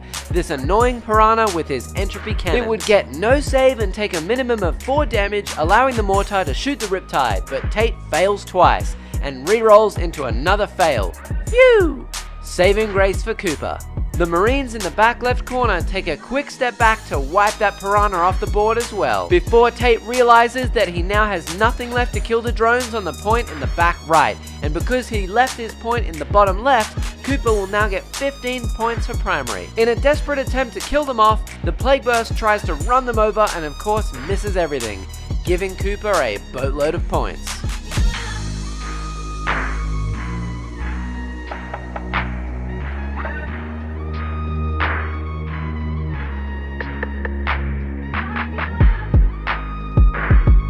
With Cooper quickly running out of models, he is really playing the objective game now to stay in the lead. Movement is everything, and in this long thought out movement phase, he again formed a screen for Morty, forcing him to go up and around instead of over due to the size of his base. The crisis suits move around the Plague Burst in the back, preparing to tie it down while letting those drones escape. And lastly, we see the final drop in of even more breaches to help Cooper engage on all fronts. It is also worth noting now that on turn 1, Cooper deployed scramblers in the midboard. In turn 2, he did it in his zone, and with the addition of these last breaches, he performs his last action for 10 more points. A quick shooting phase consisted of the Riptide using its SMS to kill 1 Plague Marine in the back. Literally every other gun shooting Mortarian brought him down to 12 wounds remaining, hitting him with a Phosphor Bomb again to make him -1 to hit. All except for the 2 Cold Star missile commanders, which both shot into Tate's other drone. One of them managed 4 wounds through, while the other one... And then the second commander's going to do the same thing. Yeah. That did not go as well. 3 hits. 1 wound. That did not go nearly as well as last time. The duality of man. The duality of Tau. At the end of this turn, Tate had spent another 2 CP, taking him down to 4 remaining, gaining 16 points in the process. 10 for primary, 3 for engage, and another 3 for grind them down. While Cooper kept his final CP that he gained this round instead of giving his Riptide a 3-up invuln to try and heal it next turn, gaining a huge 28 points along the way. 15 for primary, 10 for deploy scramblers, and another 3 for engage on all fronts. Moving on to turn 4, Tate will score another 10 points for primary, putting him 4 points behind Cooper. Yeah, alright, so this turn I have a few things in mind on what to do. I want to kill all these guys in the corner to stop engage and get me more points for attrition, because always more stuff for attrition. I want to get more time to kill all the main blobs on the objective closest to him, and yeah, I want him to kill those blobs so he doesn't get while we stand, and then I need to get spread the sickness on the point where my Plague Marines are right next to it, so that'll be easy. I got 2 more turns, hopefully I can pull through and win. Okay, so I suppose the big thing that turn was getting 15 primary. I think everyone in the room at the time of fielding didn't really notice until like 10 minutes after Tate had moved off that he'd accidentally given me 15 primary.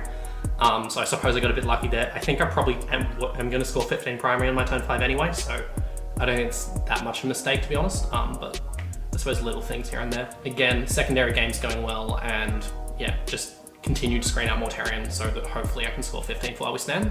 I think I'm going to score 10. I don't see him killing the commanders, but there's still a world where he kills that Riptide. and that's why I want those crisis suits piled into those plague pest crawlers and that piranha piled in.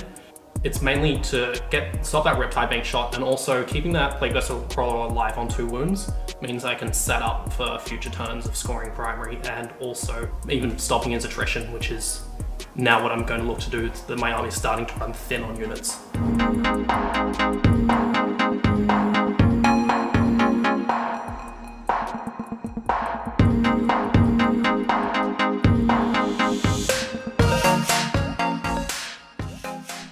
Tate's turn 4 begins with Morty moving around Cooper's screen as planned. The wounded drone comes up to support him, and the Marines shuffle over to shoot the breaches in the corner off the board. Tate yet again completes his action for Spread the Sickness on the bottom left point, now as he did in the previous turn on the middle point, securing 12 points total for him so far at the end of the game. A small psychic phase consisted of Morty casting Miasma on himself again. Perils, I'm re-rolling that. That's understandable. Yeah, you know what, I'd rather not take damage. Re-rolling a Perils result into a success and attempting a Plague Wind onto 2 drones, to which Cooper again said no. Alright, one said. I have a filmer paint. Nope. What is that? It's done that twice now. It's invincible. It's too powerful. That's funny. You're getting shield droned right now. Yeah, I am being shield drawn. It's clutching late game. Alright, so... Curse of the Leper on the breaches in the corner fails, but Smite succeeds, killing 3 of them. And the Marines in the corner had a pot shot against the breaches and actually failed to kill them, leaving 2 alive. Later on, one of them will run to morale, leaving just 1 man alive for Cooper to get engaged in that quarter in his turn. As usual in the shooting phase, Morty and the drone went first, killing all of the breaches in front of them with bombs and flamers. However, this brings us to the 2 crawlers in combat. The crawler on the left manages to get a wound through on the piranha this turn, and of course it gets no save and dies, leaving Tate with an opportunity for the mortar to go through on the Riptide. Alright, I need to roll a 6 for this mortar. Mortar it up. Alright, please give me a 6. Yeah, I can. Yeah, I'm re-rolling that. I think I'll re-roll that. 1 into 1, 1 into 1, 1 into 1. Yes! Yes, that's exactly what I need. Yeah, 3s. Yeah. It's all working out. He re-rolls his 1 shot into 5 and wounds 4 of them. Alright. Okay, so we're going to start with savior protocols. Yeah, pass them all. Yeah, so we'll roll 2. Roll a 1. No, I have to roll these 1 at a time. Okay, Yeah. 5 up Filmo Pain. Cool, so the shield drone dies. Yep. Next savior protocol goes through. Then I have to roll 2 3-ups. And... Do you have a CP? I do have a CP. You do. This is what I saved it for. Yeah. Yep. Oh my god, yes! Another CP fail into a fail. My god, Cooper has had a rough time this game. And there goes the first of his 5 points for While We Stand We Fight. The other crawler naturally does nothing as it's on 2 wounds left, and lastly, Morty tries to charge the devilfish and fails twice with a reroll.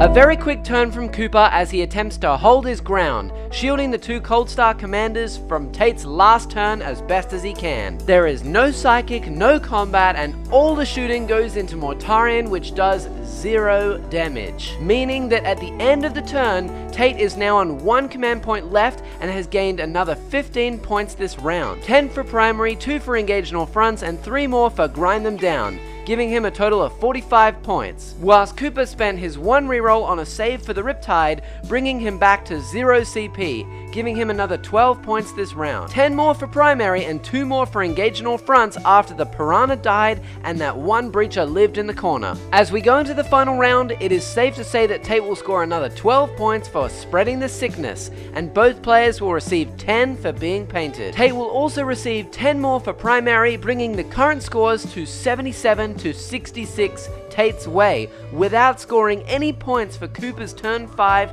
including While We Stand We Fight at the end of the game. Before we jump into turn 5 and give the final scores of the game, I want to appeal to your humanity. As I'm sure you can tell, these battle reports take about 30 hours to make. and at the moment each one is also receiving less than 1,000 views each. So please, if you haven't yet subscribed, please do so down below and like the videos, as it helps us immensely and only takes a second of your time. Share these videos with your friends, brother, sister, parents, old mate Jim, anyone and everyone, as it just helps us make more content for you. If you really want to support us, then you can find a link to our Patreon down below, where you only need to pay $3 a month in order to help us make more videos for you. There is also a Discord link down below which is entirely free. You're more than welcome to come chat to the players or myself and share your hobbying experience. Don't forget, you can check out our channel sponsors all in the description below as well. And without further ado, let's see how this turn 5 goes. Strap in, because this last turn is a doozy. At the current score, Tate is ahead 11 points, 77 to 66. For those who don't know, in the current edition of 40k, the player going second scores primary points at the end of their turn 5 instead of the beginning. So for Tate to maximize his points this turn, he needs to be in all 4 quarters for engage on all fronts, kill more units for grind them down, kill Cooper's 2 Cold Star commanders to stop him from getting While We Stand We Fight, and lastly take control of all the points to stop Cooper from getting primary at the end of his turn. If Tate scores 3 for engage and 3 for grind them down, he will end on 83 points. However, Cooper will get 10 for While We Stand We Fight and 3 for engage on all fronts if those commanders do not die, giving him 79 points.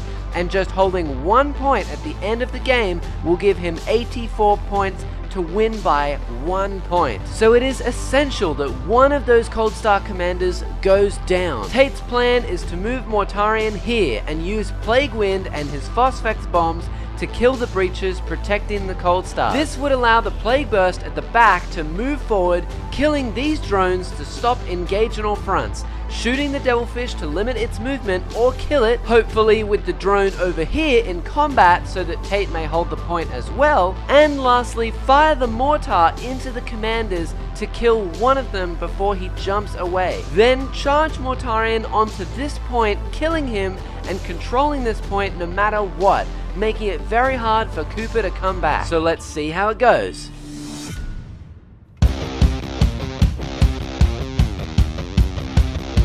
Tate carries out the plan as designed, moving everything into place. Morty kills one of the breaches with Plague Wind and then proceeds to kill the rest with his Phosphex bomb. The Marines over there kill these drones and the Crawler shoots his Rot Hail and 1 Entropy Cannon into this Devilfish to soften it up for a charge, leaving it with just 2 wounds remaining.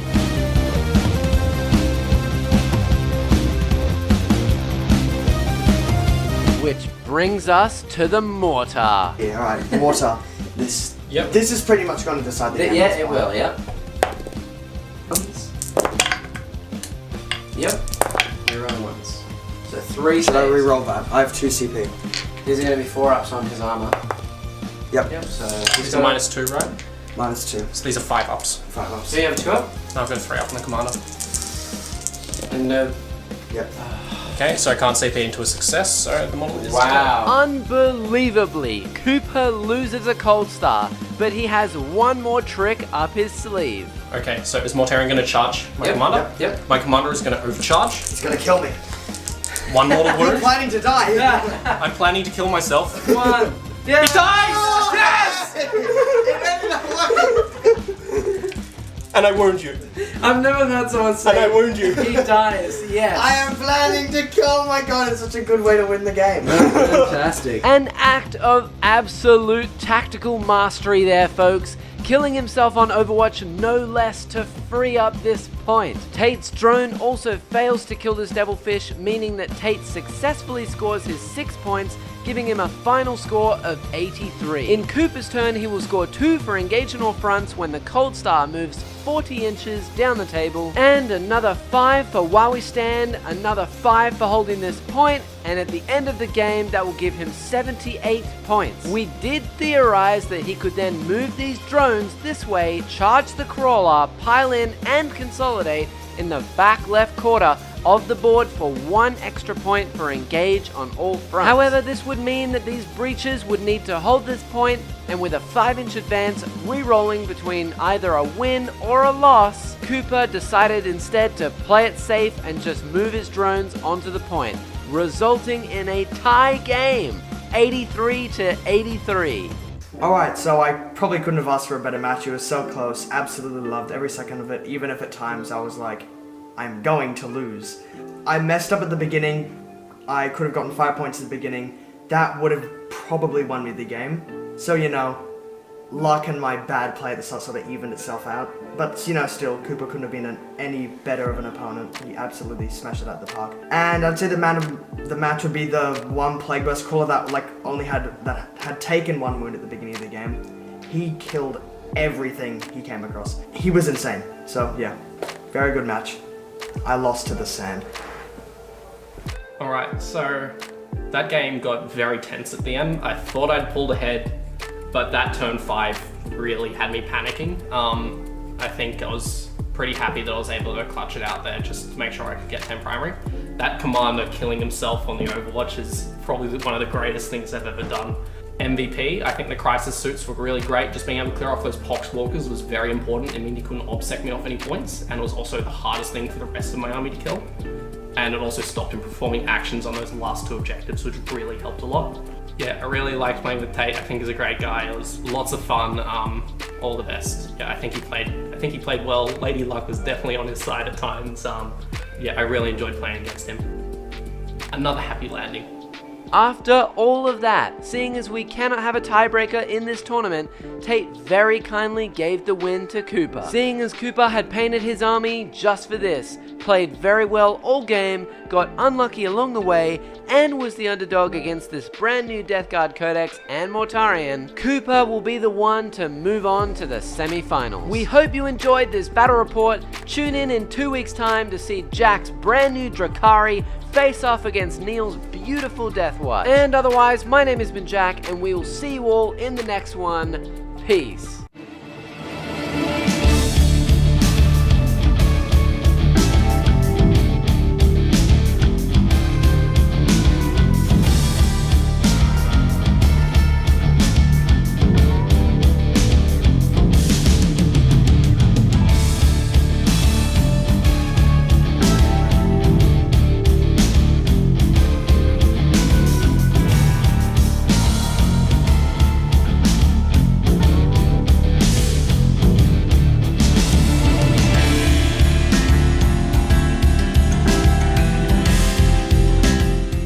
So we're back for round 2, and this time I get the privilege of versing my apprentice, Neil. I'm looking forward to this a lot.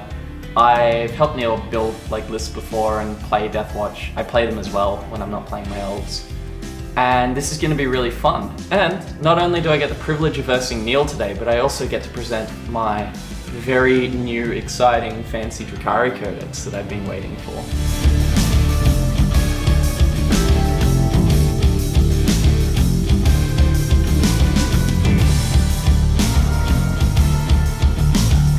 Hi, I'm Neil, and I am into the semi-finals somehow, playing against Jack, who I was hoping to meet in the finals.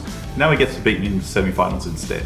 Luckily, my secret weapon today is that Jackson has said I can use a D20 instead of a D6 for all my attacks and wounds. Wait, no I didn't. Well, then what am I supposed to do with all of these?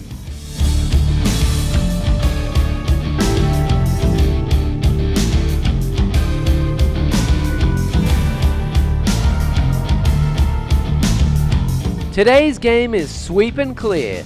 As the Deathwatch finally finished cleaning up that annoying fungus, they noticed a Xenos craft trying to escape the sector with the riches of Pavonis. They trapped them in an abandoned space hulk, and now their job is to kill them all and secure the prize for themselves. As usual in this mission, players will need to hold 1 point for 5, 2 points for 10, and more than their opponent for 15 points in their command phases. And will also choose 3 secondary objectives worth up to 15 points each. In this mission, objectives will remain under your control even when you move away from them if you hold them in your command phase. But they can of course be taken away at any time by your opponent controlling that point. Also, just to remind you that there is another point in the middle of the board hidden away under all of those scary teeth.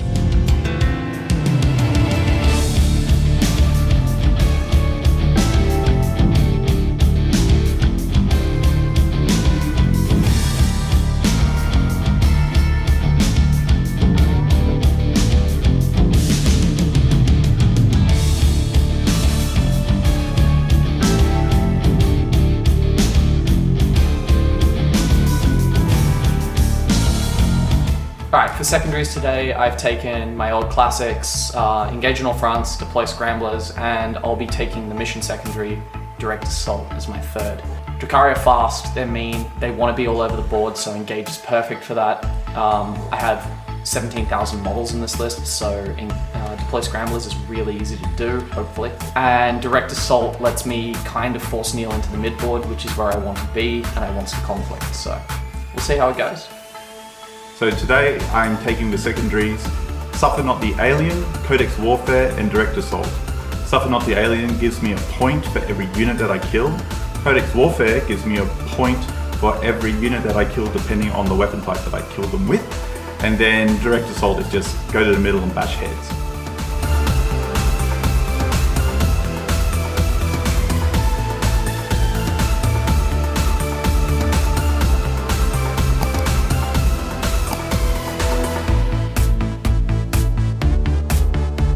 Before we can start the game, Jack rolls his combat drugs for all of his witch units, getting +1 ballistic skill and toughness for the succubus, +2 move and +1 weapon skill for the blood brides, and chooses the 5 other witches to have +2 movement. With that out of the way, the players roll off for first turn. Tell me what I have to be.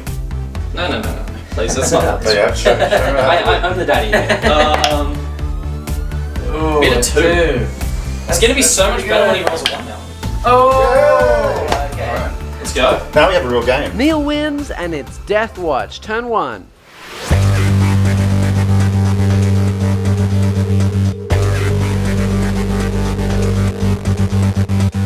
Before we can begin Neil's turn 1, he does a few things as a Deathwatch player. He gives full rerolls from the Watchmaster to the Heavy Intercessors. He pays 2 command points to give his bikers the White Scars trait so they can advance and charge this turn. He chooses the Elite's unit type to reroll all wound rolls of 1 against, and he also removes the Infiltrators from the bottom right point off the table for 1 command point. This is quite a smart move, as he now holds this objective even though he has no models on it, as he held it in his command phase. And now Jack may not use Neil's models for extra movement by charging them. In Neil's movement phase, he of course rockets his bikers forward, ready to take out Jack's mandrakes in the top left corner. And all the other units just shuffle around slightly to get some line of sight, as most of Neil's army has short range, and so he is waiting for Jack to come to him first.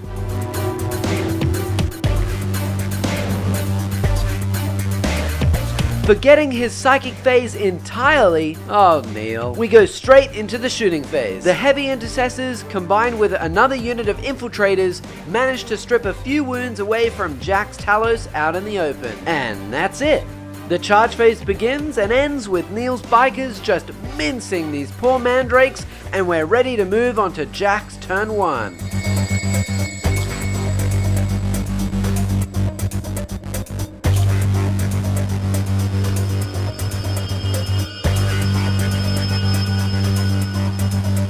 To start off Jack's turn, he spends 1 CP immediately on Enhanced Aether Sails, which allows his raider pressed up against the edge of the board to move 22 inches with an advance. He moves his mandrakes across onto this point and pushes this venom carrying 5 incubi and this Talos towards Neil's bikes.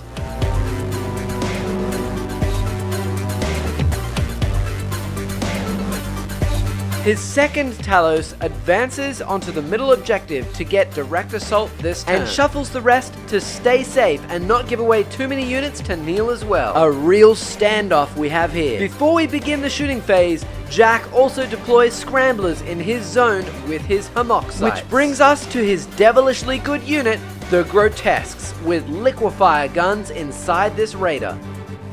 They have Assault Flamers, which are range 12, meaning Jack can shoot all 3 of them into Neil's bikes, auto-hitting and wounding on +1 for 2 damage each at -2. Nasty. Combined with firepower from a Dark Lance from the other raider, the Venom nearby, the other Venom Splinter Cannon, all 4 Heat Lancers from the Talos, and finally the last liquefier gun from the closest Talos to kill all the bikers, leaving Jack holding the point with his 4 wound Talos.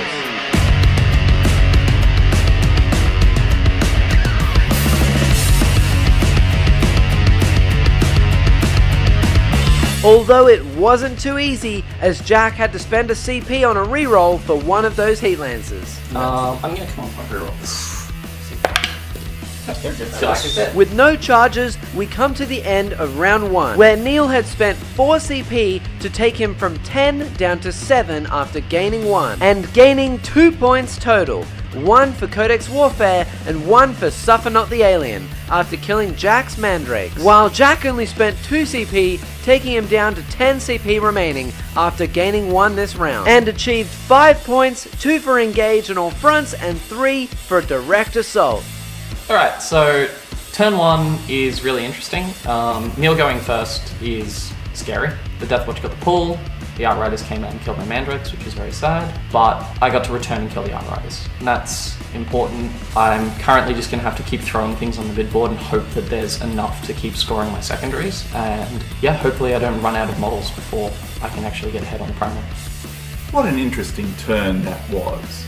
Alright, looting the bikes wasn't great. That's my main source of mobility and it hurts. But it does mean that Jack's had to spread himself out and now he's going to have to choose where his HQs go and what objectives he wants to keep secure as we play tit for tat over the next couple of turns.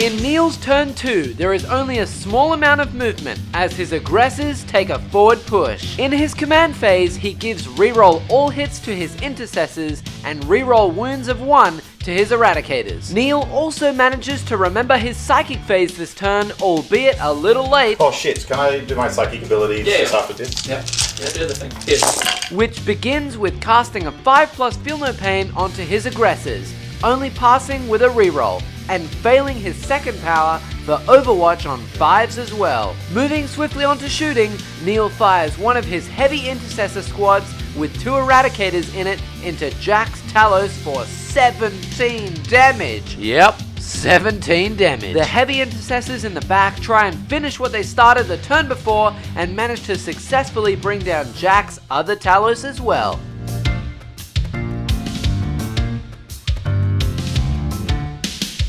The infiltrators in the top left only have 1 target, which is the Venom carrying 5 incubi, and fail to even scratch it, leaving just the aggressors who just evaporate these poor Mandrakes off the corner point.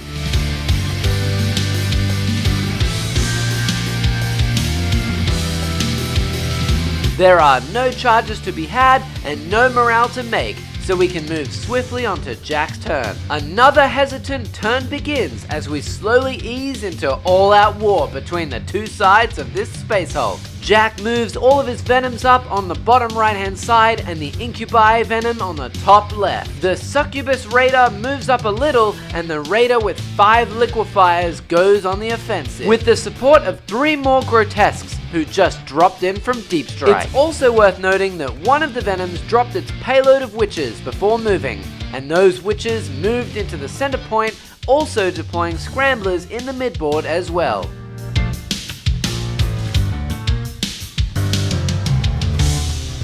Only small arms fire is traded in the shooting phase from all the liquefier guns into the aggressors, and 1 of Neil's units of heavy intercessors and eradicators, leaving just 1 guy left in the heavy squad and 3 aggressors.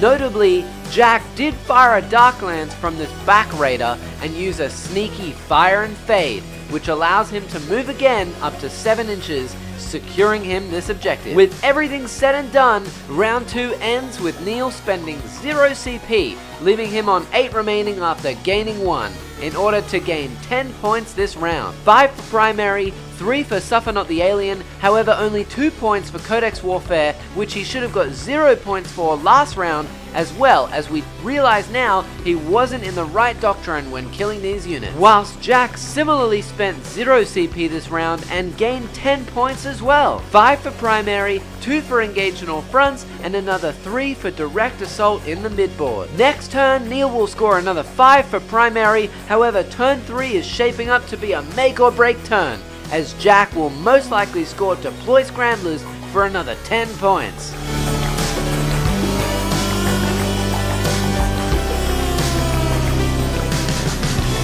That was an interesting turn. I didn't kill as much as I wanted to, like the liquefier guns had a bit of a fun time, but I am keeping Neil in his box. I'm trying to keep him off that center objective for as long as I can, but I am starting to run out of models, and he has a lot of units that can kill me.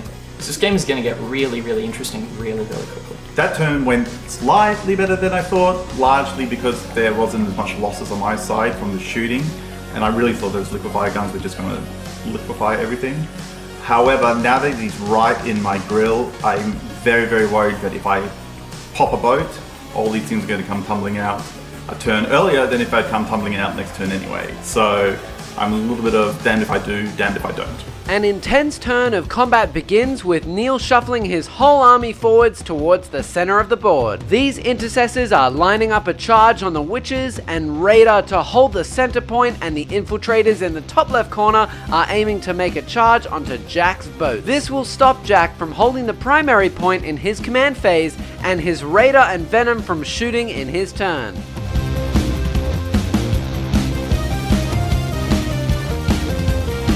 In Neil's command phase, he also healed the Heavy/Eradicator squad to return a slain model and give full reroll hits to the Intercessor squad. He remembers his psychic powers this turn, and they both successfully go off on the aggressors, meaning they now have a 5+ Feel No Pain, Overwatch on 5s, and have always fight first in combat. To commence this onslaught of bullets, the Intercessors do 4 damage to the Raider, with Jack spending 1 CP for lightning fast reactions to make it -1 to hit, which are followed up by 2 Eradicators, who attempt to kill the Venom in the bottom right hand corner, holding this point. It is worth noting that Jack has 2 Venoms down there.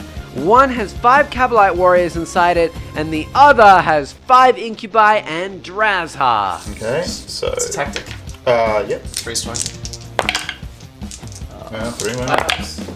Oh! Jack manages to roll triple 5-ups to save it, but not for long, as the other 3 Eradicators say no way. Only 1 Kabalite Warrior dies getting out, but the other 4 are then shot by Neil's aggressors.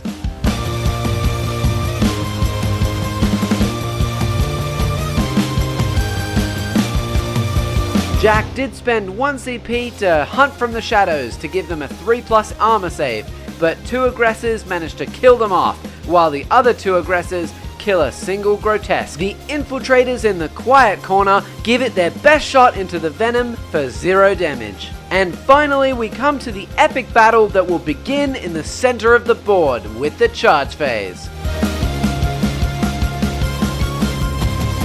The Intercessors make it in against the Raider and the Witches, while the aggressors obviously just charge the Raider. And Neil also successfully makes it in against the Venom and Raider in the top left to hold that point. In the upcoming fight phase, these infiltrators deal 0 damage and take 0 damage, so we can focus our attention on the middle.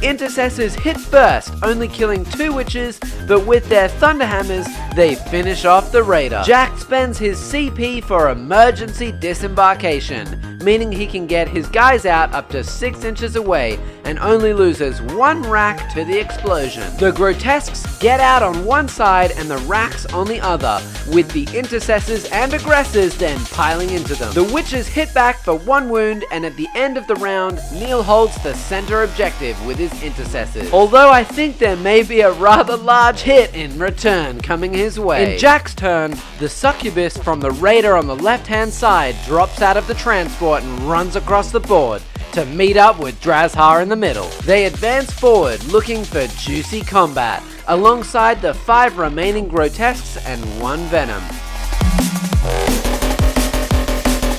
The witches in the middle fall back, but the racks remain in combat as the incubi in the top left corner get out of their venom to say hello and shortly goodbye to those infiltrators. Lastly, Jack drops in his last reserved unit, some more racks on the right flank to threaten deploy scramblers in the next round, as we move on to a concise shooting phase where Jack fires his 5 grotesques into heavy intercessor squads to kill off 5 of them from 2 different squads, before we watch as those incubi in the top left mince all those poor infiltrators into tiny pieces. Drukhari, the succubus, and all 5 of the grotesques, and surprisingly the homunculus from way in the back, all make their charge moves.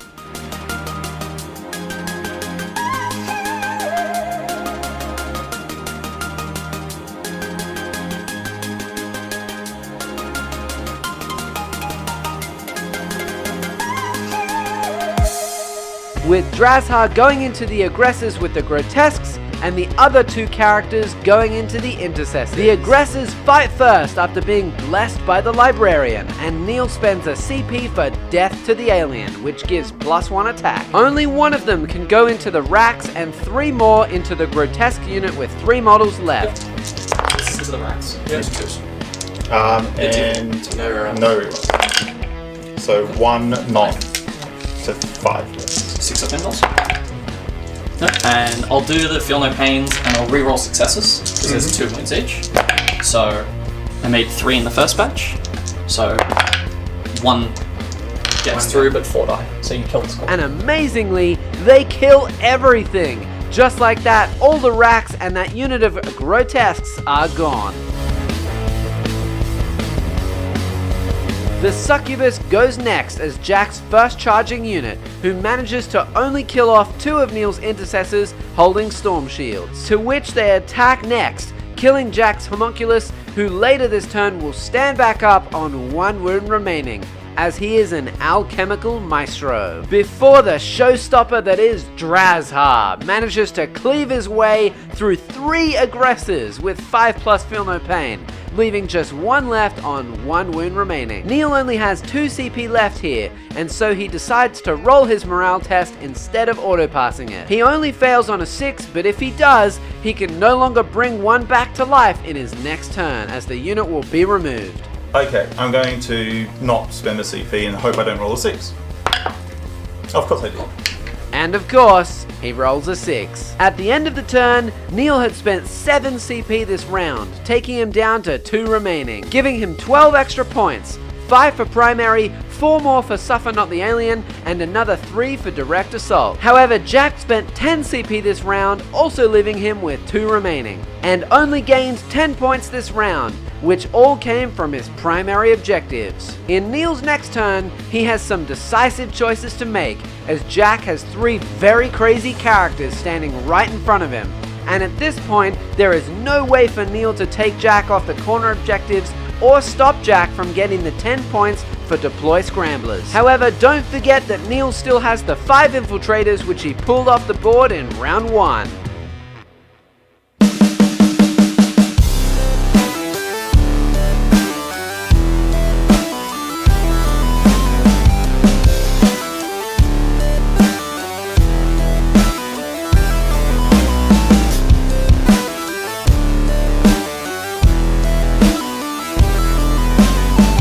To start off Neil's turn 4, he commences the usual shuffle forwards towards the center objective. The infiltrators who were in reserve decide to drop down behind Neil's lines and have a go at shooting the racks on this altar, maybe in the hopes of stopping deploy scramblers. Neil does forget his psychic again, but remembers it later and gives his intercessors always fight first and 5+ feel no pain as normal. I do a feel no pain. Sorry, I'm going to do psychic now. Yeah. While I remember it.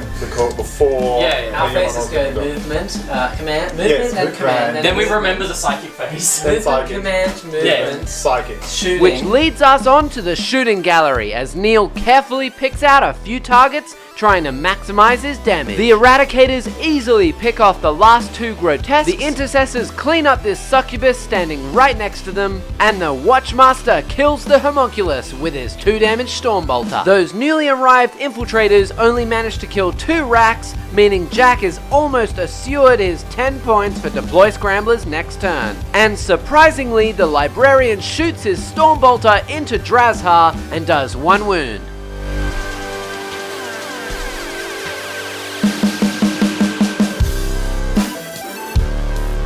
Closing out Neil's turn with the charge phase, where the Intercessors, the Captain, and the Watchmaster go into Drazhar. Jack only has 1 CP left, so he cannot interrupt, but he decides to lightning fast reactions instead, so he's -1 to hit. The Captain goes first, and Drazhar laughs as he passes every single save. It's got to be in the tray. Okay. He's Takes fine. no damage. Okay, that's not annoying at all. So the Watchmaster goes next and only chips off another 2 measly wounds to leave him with 3 remaining. Neil spends his last CP on extra attacks for the Intercessors, and the Thunderhammers go, leaving Draz with just 1 wound remaining. And as Neil pushes another 5 wounds through with his fists from the rest of the Intercessors, we watch as Jack rolls his saves on 1 wound remaining.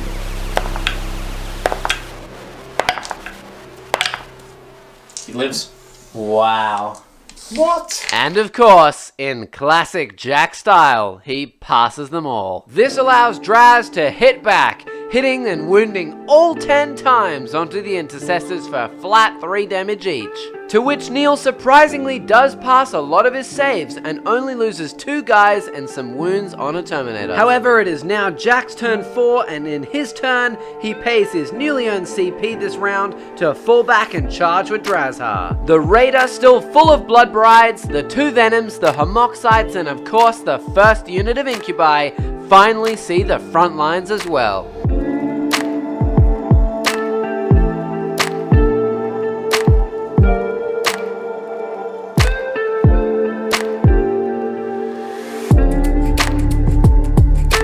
And although all of Jack's shooting went into the Intercessors and did essentially nothing to them, Drazhar charged into the Watchmaster and the Captain, and the Incubi went into the remaining heavy Intercessors and the Apothecary.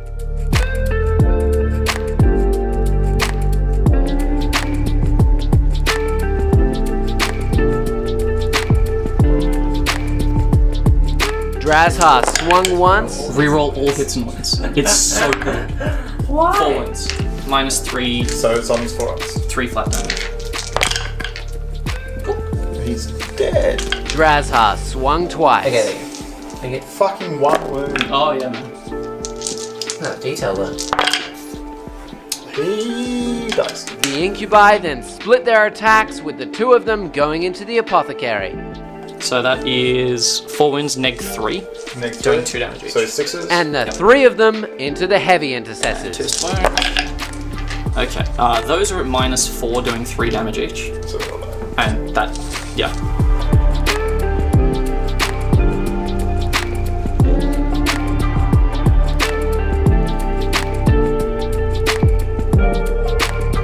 And after the Homoxites and Intercessors had fought, Neil only had 1 of them remaining and no longer held the center objective. To conclude this round, both players had spent all of their remaining CP, with Neil gaining 17 points. 10 for primary, 4 for Suffer Not the Alien, and 3 for direct assault. Whilst Jack, in the process of spending all of his remaining CP, survived with Drazhar on 1 wound, killing everything in his wake, and earning 31 points this round. 15 for primary, 3 for engaged in all fronts, and another 10 for deploying his scramblers in the corner with the racks. As I show you the final wrap-up turn, it is safe to say at this point that Neil has conceded, as he just cannot reach the corners of the board. And after talking out the final scores on round 5, the final scores finished on 61 to 92 Jack's way. A victory for the Drukhari and their new codex.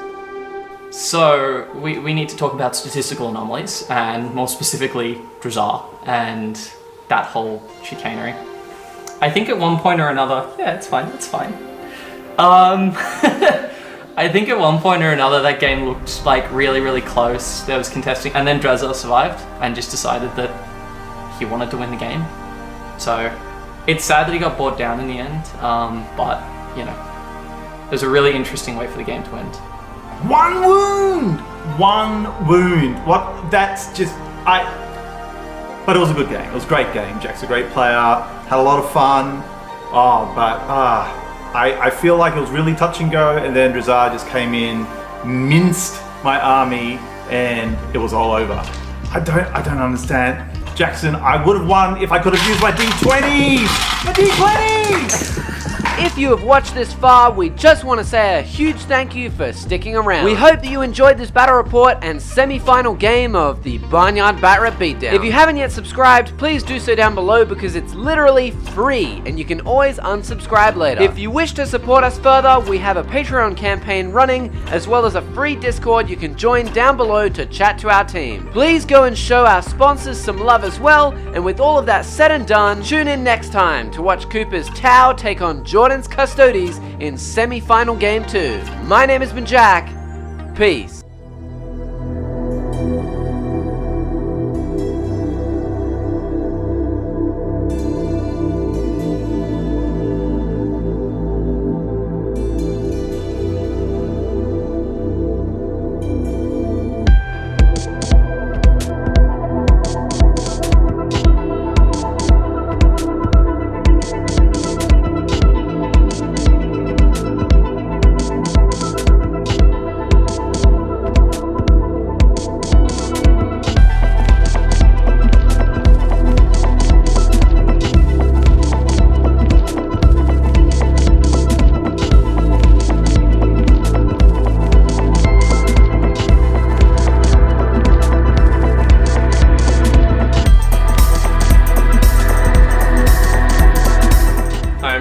I'm playing Tau today, Farside Enclaves, and I remembered to bring my flank stands.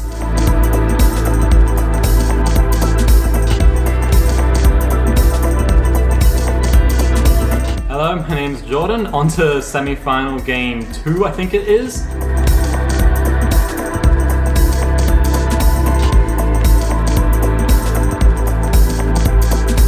Alright, so it's semi-final today, playing against Custodes. I always have fun playing against Custodes. I've played against them more than Marines in 9th edition, so pretty experienced with the matchup, I guess. And in terms of how the tournament's going so far, really enjoying it so far. I didn't get crushed by Mortarians, so that's always amazing. And my other 2 goals were to defuse someone with the Tau charge, which I haven't done yet, and also just have fun, which we're still doing. Jordan's a great guy, so. Alright, some of you might be confused by the purple Riptide. If you remember from last game, it was red, so I didn't do a complete paint job overnight. So yeah, I've only been playing for a year. When I first got into the game and started going to tournaments, I didn't have a Riptide because of supply chain issues with COVID and whatnot. So I actually borrowed Jordan's Riptide, so I've played with Jordan's Riptide more than my own. And purely for this game, we've just decided to run Jordan's Riptide instead of mine, just because it's fun. I'm ready to face some Tau and probably get my butt kicked by my own Riptide, actually. For this tournament, my goal was to have fun, and that is definitely happening. I know Cooper's a great guy, and it's going to be fantastic to just play a game against him. Looking forward to the match.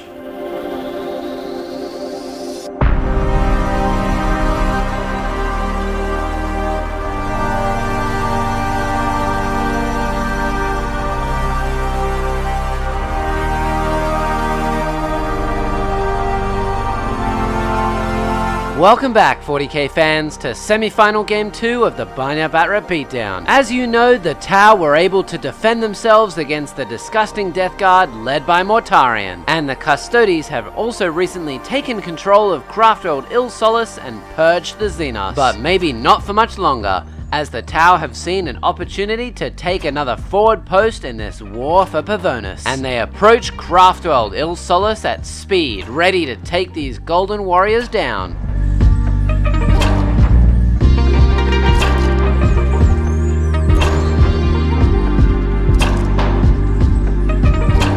Today's game is Battle Lines. As usual, both players will score points through primary and secondary objectives, with primary awarding 5 points for holding 1, 10 for holding 2, and another 5 for holding more than their opponent in each of their command phases, for a maximum of 15 points each round, and 45 throughout the game. Each player will also select 3 secondaries, rewarding up to 15 points each. Alright, so for secondaries, I'm going for my classic trio of Scramblers, While We Stand, We Fight and Engage.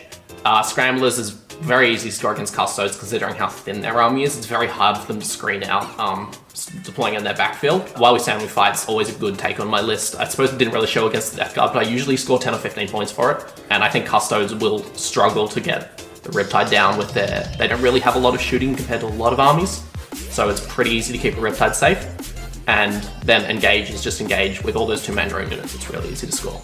So for my secondaries in this game, I have taken Vital Ground, Grind Them Down, and Domination.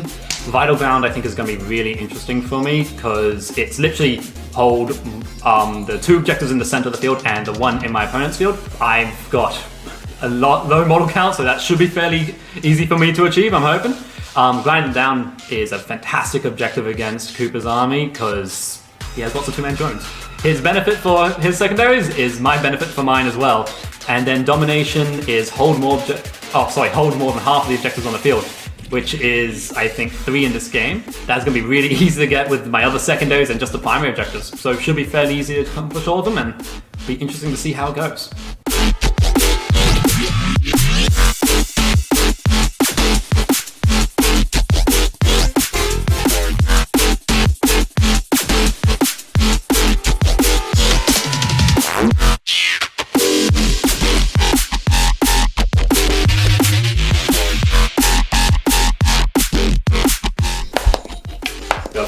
I got 4. I'm first. Hi first, I'm Cooper. Oh, hi Cooper. Happy die. And with that, we move on to Custodes turn 1.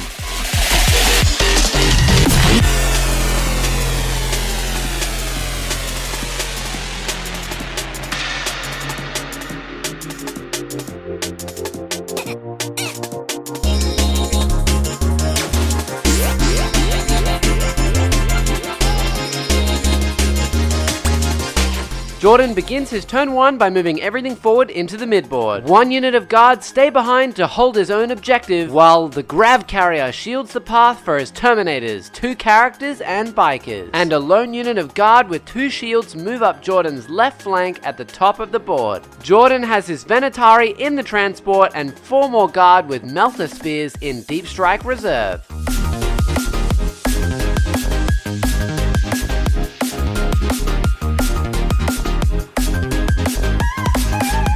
With thankfully no psychic phase this game from either player, we can move into the first shooting phase. Jordan had planned to kill at least 1 Piranha, and his first shots from the Grav tank did just that. With 2 hits and wounds, the Piranha gets no save and goes down. The bikers then finish off the 2 disembarking drones, and 2 melter missiles go into the Devilfish. Jordan rolls a 5 for damage on 2 wounds that pass through, and decides to re-roll the 2 into a 1. Yeah. Please be higher. No, it's a 1. It's lower.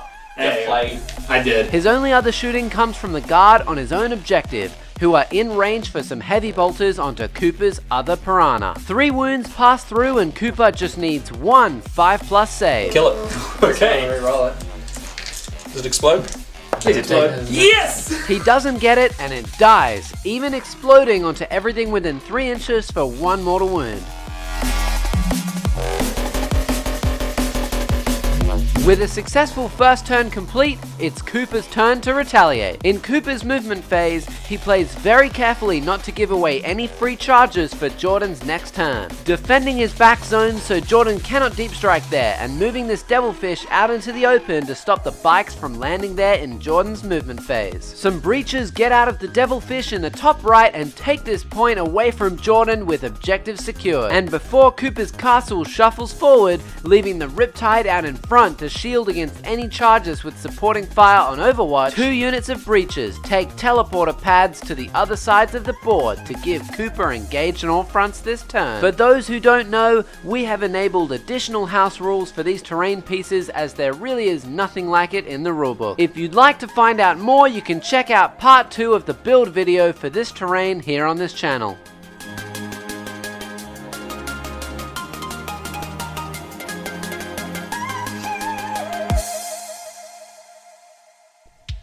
Moving swiftly onto the shooting phase, Cooper begins by spending a CP for aerial spotters onto this unit of guard to give them a single marker light. And the Devilfish breaches and both Cold Star commanders open them up with barrage after barrage, leaving just one spear custodian left. You know what happens when we leave one custodian alive? Unleash the lions. I've been tempted to use that so many With times. only the Riptide being able to see them due to the obscuring terrain, Cooper moves onto his only other shooting and leaves the Riptide till last. Next up, the Cyclic Enforcer Commander spends a CP to reroll all wounds and fires into Jordan's grab tank, doing a huge 9 damage. With Hope now in sight of killing it, Cooper's 2 broadsides fire into it, getting only 1 wound through, where Cooper rolls a 1 for the damage on a D6 damage weapon. Okay, maybe No, not. don't worry. Fire away, fire. Come on. No, I'm gonna CP reroll that. That's understandable. He spends a CP to re-roll it to take it to an impressive 2 damage, and the tank only has 7 wounds left. All of Cooper's drones and the airburst crisis suits sitting behind this wall deal a grand total of 0 damage. And the main ion cannon elects to fire into this last custodian. This is a big deal if he dies, as Jordan will struggle to hold this point next turn for domination. So Jordan spends 2 CP for the Custodes version of transhuman physiology, meaning Cooper can only wound him on a 4+. Gamble it. Yep, so 4's rerolling ones. Yep. You rolled no ones. One hit. There you go. I've already rerolled this turn.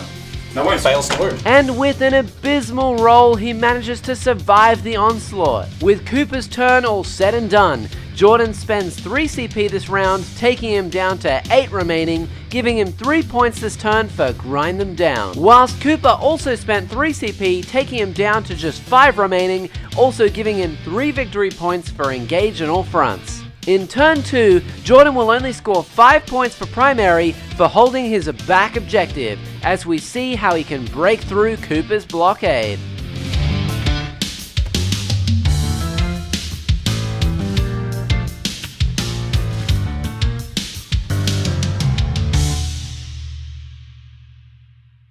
Alright, so turn 1 is always weird against Custodes. You kind of shoot them knowing that you're not going to kill anything, but it's about getting as much damage down as possible. And I was happy with the amount of damage I got down. Now that he's starting to move closer, I'm going to actually start to get a little more into him. And it's just about making sure that I have, if I am burning in one car, it's not getting followed up the next turn. So we'll see how this next turn goes. Things might get weird very quickly from here though. So that turn went surprisingly well actually. I got 2 kills on Piranhas, which is sweet for my Grind Them Down. I've got myself lined up for domination with the 1 standing Custode left in that squad, and he is raring to get some revenge on those Tau. I've got a couple of tricks up my sleeves with tapping a couple of units. Hopefully they'll work. Like, this is Tau after all, we don't know what's going to happen, haven't played them much, so this will be a very interesting turn too. Let's see how it goes.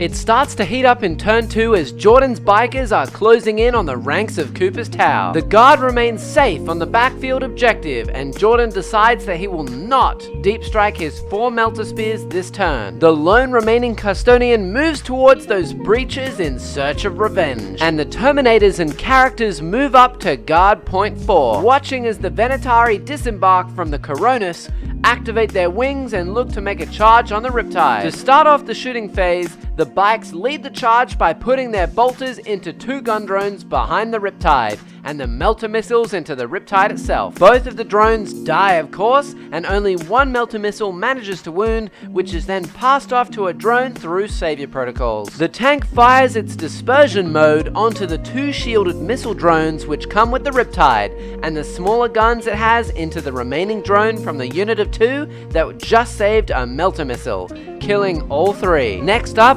Jordan spends 2 CP to give the Venatari double shots and 6s to hit are automatic wounds, and pumps 2 of them into each of Cooper's broadsides, leaving one of them on 2 wounds remaining and killing the other one.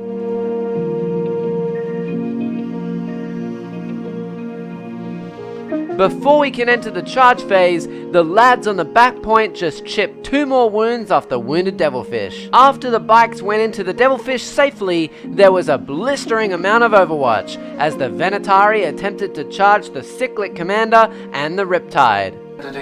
I've got 2 dead so far. 2 dead, and that's the CP for Cooper? Yep. And then the Crisis. Yep, fire away.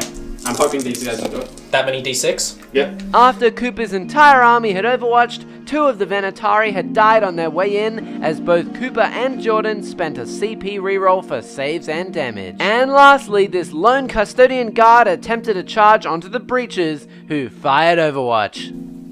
That's enough? 3. That's enough? It is enough. 3's rerolling 1s. 3 wounds. 3 wounds. If all these go through, you die. I know. -2. 4 ups.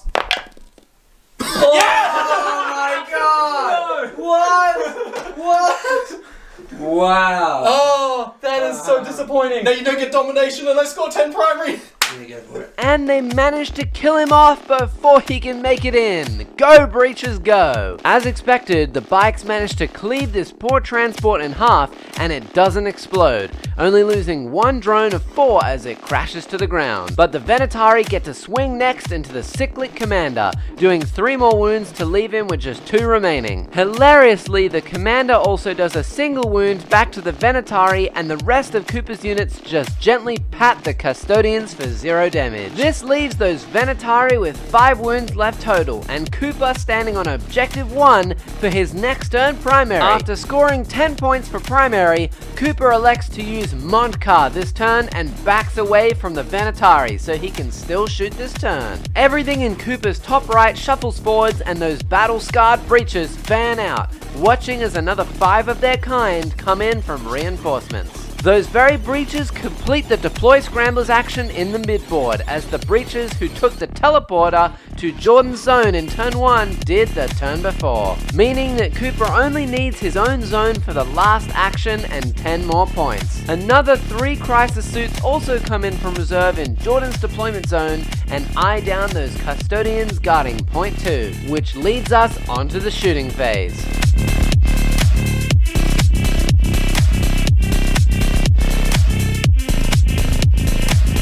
We begin with the air-bursting crisis suits, the breaches in the back, and the last broadside, who all fire into the 2-man Venatari unit. Jordan contemplates a reroll to save one of them, but he lets it pass as the broadside finishes them off. Next, Cooper spends a CP to give his Cyclic Enforcer Commander reroll all wounds again into Jordan's tank on 7 wounds. But this time, Jordan spends 2 CP to negate all rerolls against it, which pays off greatly. Overcharging, because strength 8. Yep. Come on, roll a 1, roll a 1. No. All hit. Yeah. Wounds on 4s. It happened again! It happened again! It happened again! 5 up and goal. Nah! DP damage. Ah! 3. The tank takes another 3 wounds and goes down to just 4 remaining. And seeing as the Riptide does D3 plus 3 damage, Cooper fires into the tank as well while overcharging, doing a wound to himself, but bringing the tank down in the process. Okay, minimum damage kills. On a 6, you blow. Do I explode? Yay! Do you blow up? I do. Unfortunately for Jordan, it also explodes, hitting his Vexilla and Captain for 1 mortal wound, his Terminators for 3 mortal wounds, a drone unit for 1 mortal wound, and the Riptide for another 2.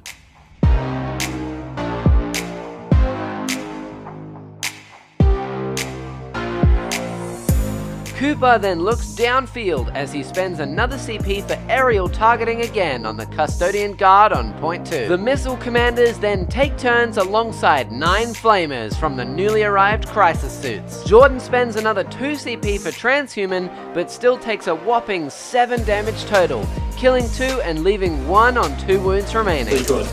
Yep.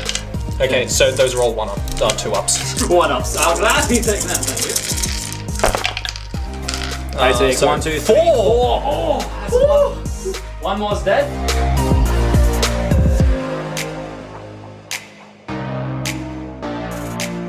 With no morale and no charges to be made at the end of Cooper's turn, Jordan has spent a whopping 7 CP this round, taking him down to 2 remaining, giving him 8 points along the way. 5 for primary and another 3 for grind them down for killing more units than Cooper. While Cooper only spent 3 CP, taking him down to 3 remaining and gained 13 points this round. 10 for primary and another 3 for engage on all fronts yet again. At the beginning of turn 3, Jordan will score 12 points, 10 for primary and another 2 for vital ground on point 4.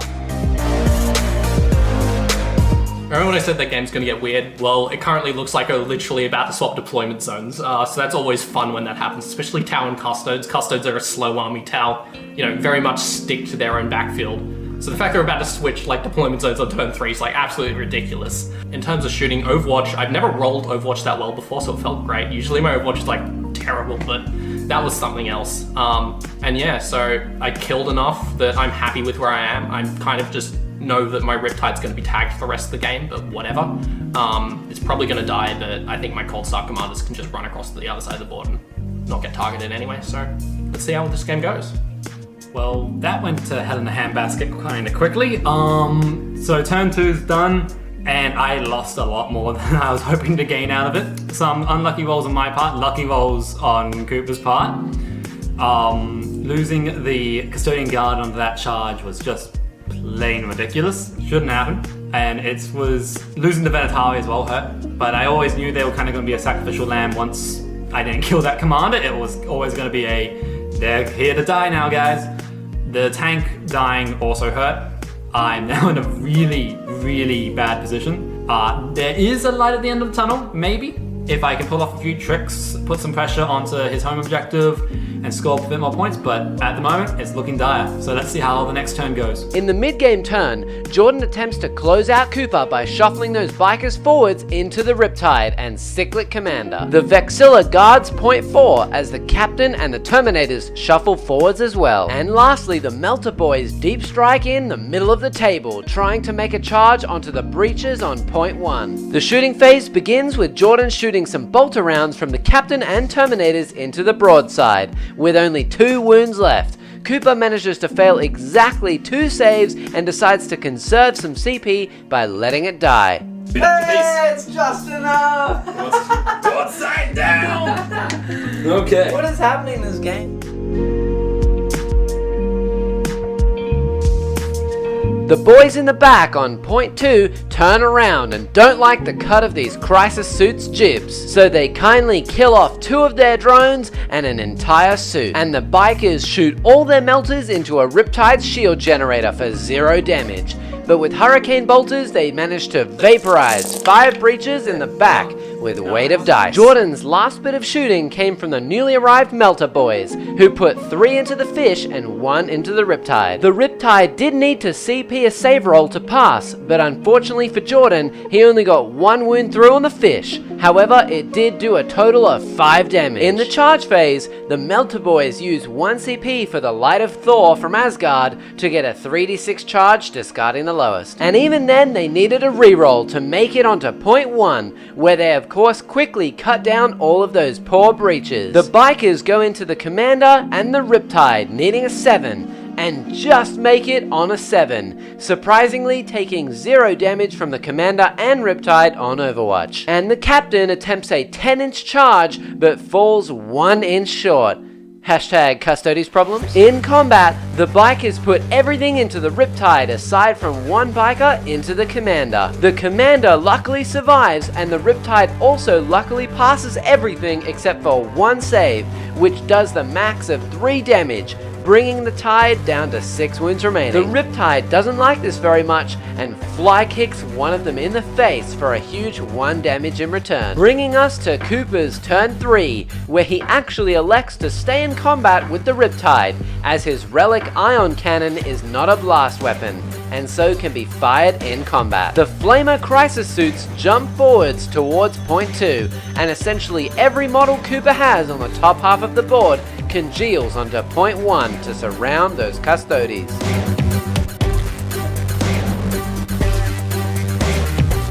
The plan here is to trap them in combat with the drones and fish, and hold the point with the objective secured breaches. Lastly, the cyclic commander falls back to be safe against the bikers, and Cooper's last unit of breaches come down from strategic reserve in his back zone to complete his last action for deploy scramblers, giving him another 10 points. An absolute cracker of a shooting phase commences, with Cooper shooting his flamers and both commanders into the Custodes on point 2, even paying a CP to reroll all wounds with one of the commanders.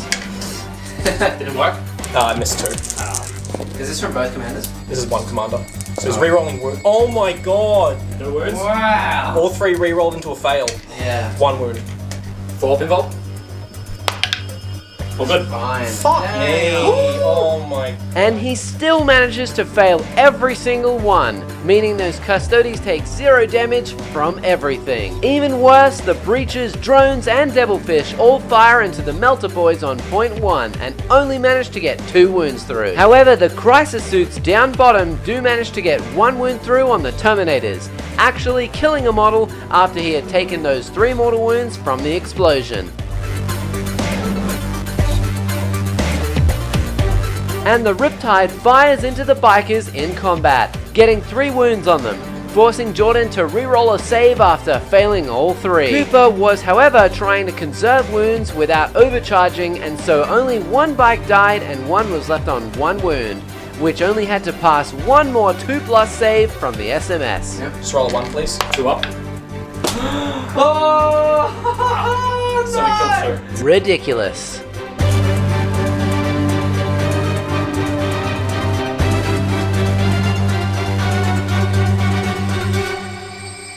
In the charge phase, Cooper actually did charge both his drone units and the devilfish into the melters on point 1, tagging them down. They did hit back, killing 2 of the drones and doing 4 wounds to the devilfish, leaving it on 3 remaining, in an attempt to break out of combat before Jordan's next turn. And as for the bikers and all the Tau units, they all completely whiffed. So to end turn 3, Jordan had spent 3 more CP, meaning that he is now out of CP until his next turn, giving him a pretty big 18 points this round. 10 for primary, 3 for domination and grind them down, and 2 more for holding point 4 for vital ground. Whilst Cooper only spent 2 CP, leaving him on 2 remaining and gaining 13 points. 10 for scramblers and 3 for engage once more, but unfortunately missing any points for primary on his turn. To begin Jordan's next turn, he will be scoring the big 15 points, as he holds 3 of the 4 points.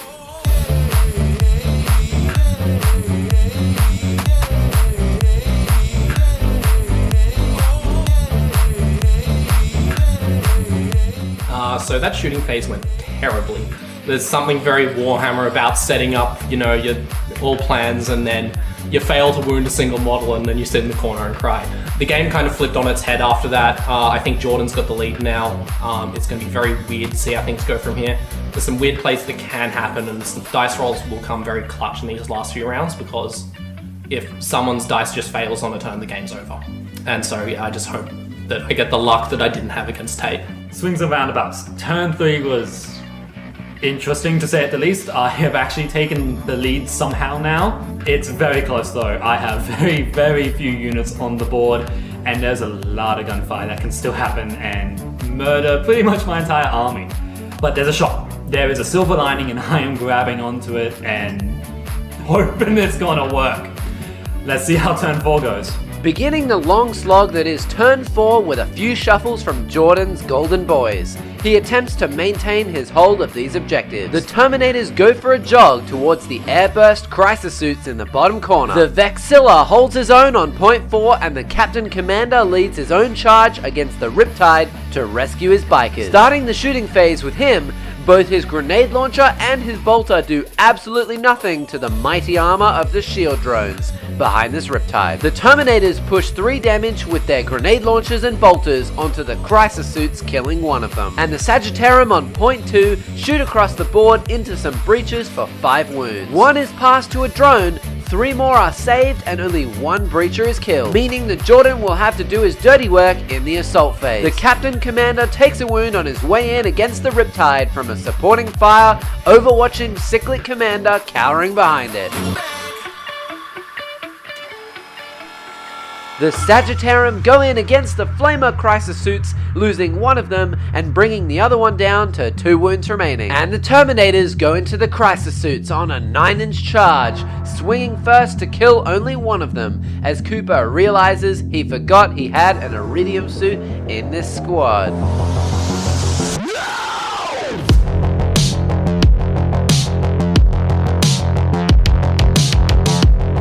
The last Sagittarium Custode does nothing to the suits, who also do nothing back, but hilariously, the drone bonks him on the head for 1 wound. Hits. Wounds. 2 up armor. Ouch! Suck on that! Over at the combat on point 1, the Melter Boys go 2 and 2 into the last drone and the Devilfish, killing the drone and only just killing the fish with 1 wound, who then consolidate into every single one of Cooper's units so they cannot shoot next turn, and they of course do 0 damage back to the Custodes in combat. And with our last combat involving this Riptide on 4 wounds, the Bikers and the Riptide do nothing to each other, and the Captain Commander only does 1 wound, which is then passed to a drone. Easy peasy. Leading us quickly to the bottom of turn 4 with Cooper's turn. With little left to move, the Iridium Airburst suit falls back just so it doesn't die. The breaches fall back and just hold point 1 as best as they can. The Cyclic Commander gets line of sight onto Jordan's Vexilla on point 4, and the Riptide continues to hold the line against these bikes and Captain.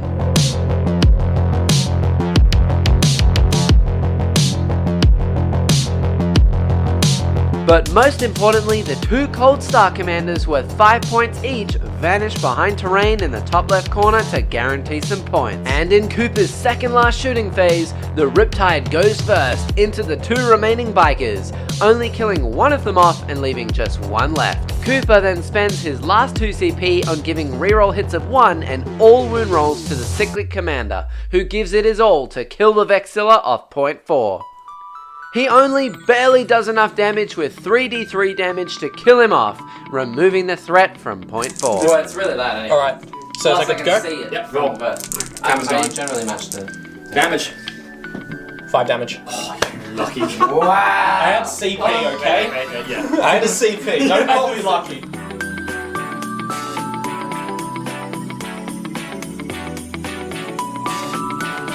Which is all of Cooper's shooting. So Jordan spends the 1 CP he got this round to heroically intervene onto the breaches on point 1 to give him this objective at the beginning of the last turn, which are quickly cleaned away. Jordan also manages to kill off the drone that bonked him on the head last round in the threat of it doing it again, and luckily passes the 1 wound that the suits did to him in return. It's just a vault. Come on, please walk.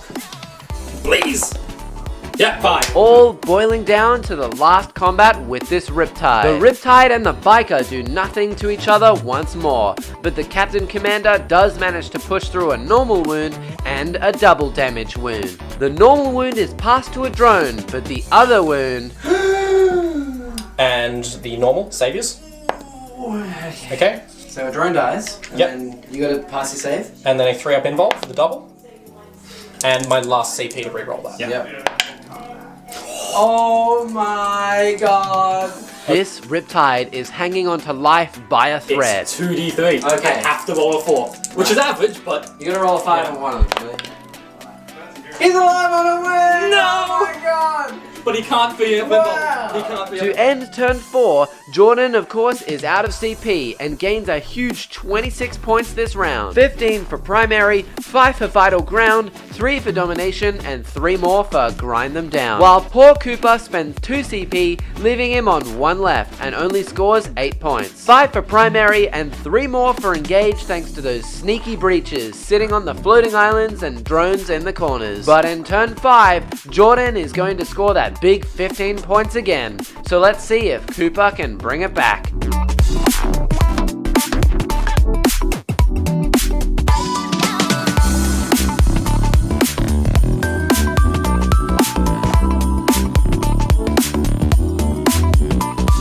Before we move on to the final turn, we want to say thank you for watching the video. If you haven't yet subscribed, please do that down below. It's free and you can always unsubscribe later if you wish. We also have a Patreon campaign where you can support us for only $3 a month. It might be a small investment for you, but means an absolute world to us and allows us to make more videos for you guys. We also just want to say that unfortunately, the final video in this series is going to be a bit of a wait due to more personal matters that are unavoidable. We're terribly sorry and thank you for understanding. Don't forget all the other little jobs like Instagram and our partnered companies. And with that said and done, let's move on to turn 5.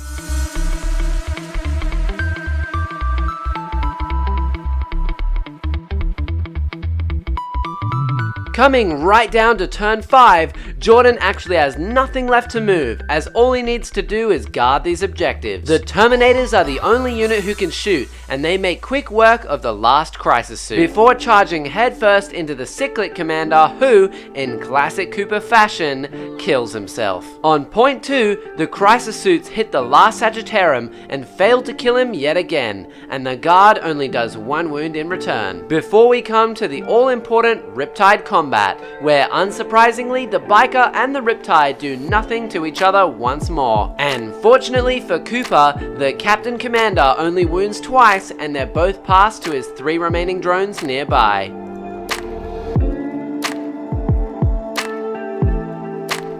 So to conclude Cooper's turn 5, his Crisis Suits fall back onto the point while the 2 Cold Star Commanders come out to play on points 2 and 4. The Riptide falls back, paying 2 CP to act on full profile so he can move away, and a handful of drones land on point 3. Cooper attempts to shoot this last Biker off the point so that his drones can hold it at the end of the game, but Jordan passes all of his saves using his last reroll. So Cooper plays it safe and uses the second Commander to finish the remaining wound on the Sagittarium Custodian. To wrap up the entire game, Jordan scores another huge 36 points, 15 for primary, 10 for painted, 5 for vital ground, 3 for grind them down, maxing it out, and 3 more for domination, ending his score on 91 points. While Cooper scores 38 points in round 5, 10 for primary, 15 for While We Stand We Fight, and his last 3 for engage, maxing all of his secondaries but unfortunately falling short on primary points for a total score of 75, meaning that Jordan is our winner, and we'll move on to the final round against Jack and his brand new Drukhari Codex. Well, that was a game. I think we can pretty much boil like the turning point of that game being that turn 3 shooting phase where I couldn't clear his back objective.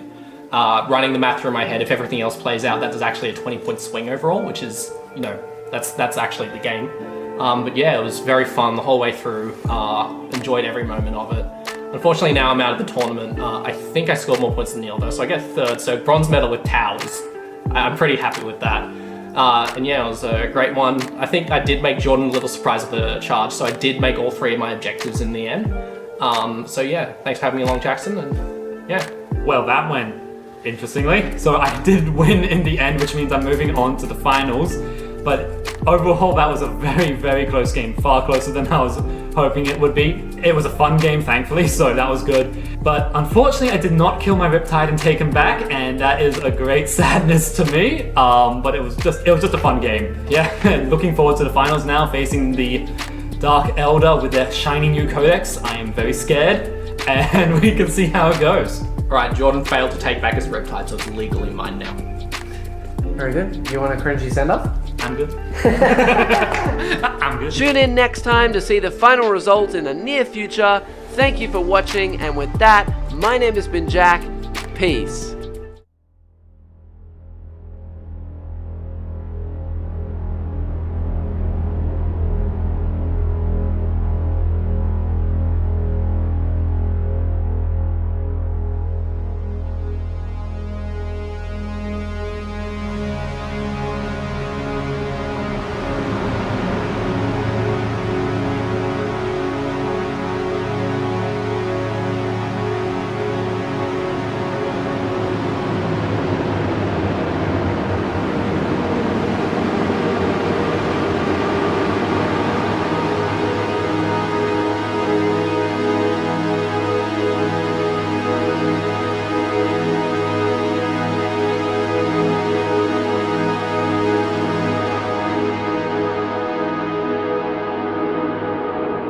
Welcome, Barnyard fans, to our final beatdown battle report between the Adeptus Custodes and the Drukhari. How did this come to be in such a valuable solar system?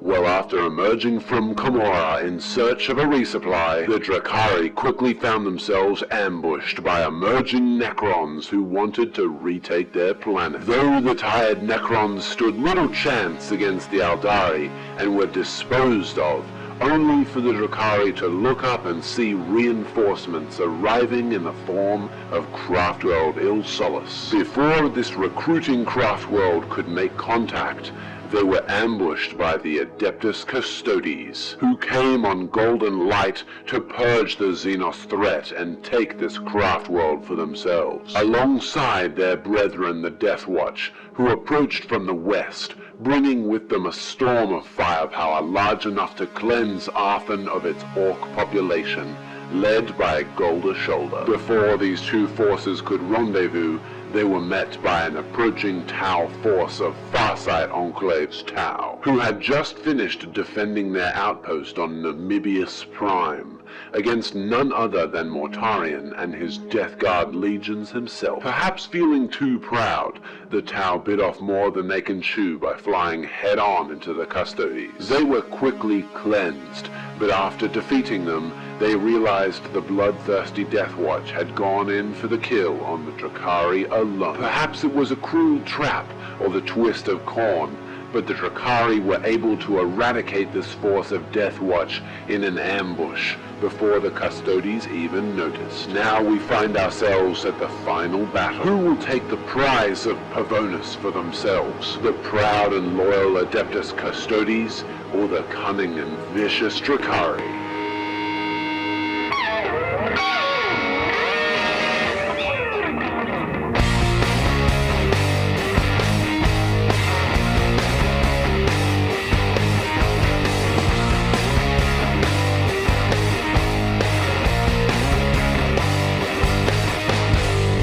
Alright, so on to the final. In terms of goals, I beat Neil, so I guess now I stand in the way of our protagonist Jordan. I will be the villain and hope that he can somehow beat me in this beautiful game today.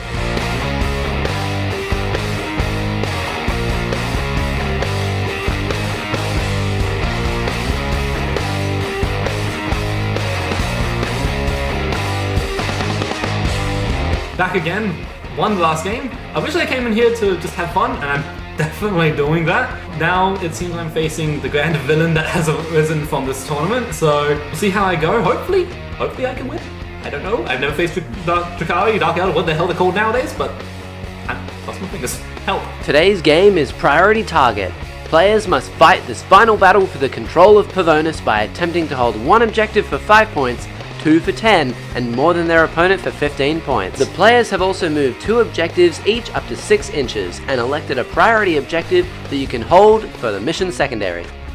Secondaries for today, I'm going with my classics, engage on all fronts, deploy scramblers, and I refuse to call it anything else. And we're playing priority targets, so I will take priority targets. It's a super easy mission secondary. Secondary wise, I have Stranglehold, Grind Them Down, and Priority Target. They're all fairly simple for my army. Like, the mission one, as my opponent has already said, like, it's easy to achieve. Grind them down because I'm Custodes and I suck at actions. And Stranglehold because, I'm Custodes and I suck at actions. Don't need it, I'm good.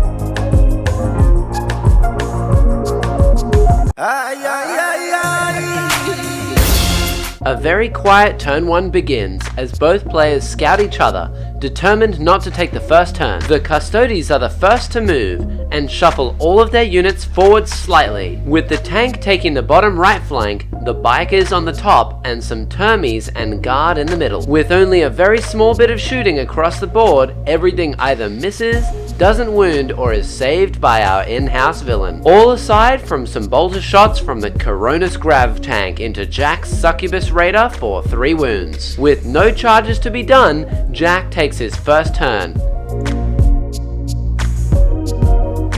Taking some notes from the Custodes and shuffling ever so slightly onto the table, the Coven's blob of 4 Talos, Homunculus, and Homoxites take a stride towards Jordan's bikes, while some Grotesques protect the damaged Raider, following some birds and a Venom filled with Cabalite warriors in the bottom right. Mandrakes and another Venom guard the back point, and Draz remains safe in the center of his army. With no Psychic to be seen in our final game, Jack also moves straight onto the shooting phase, with very little to shoot as well. 4 Heat Lancers from the 2 Talos in range fire into Jordan's bikers in the top left.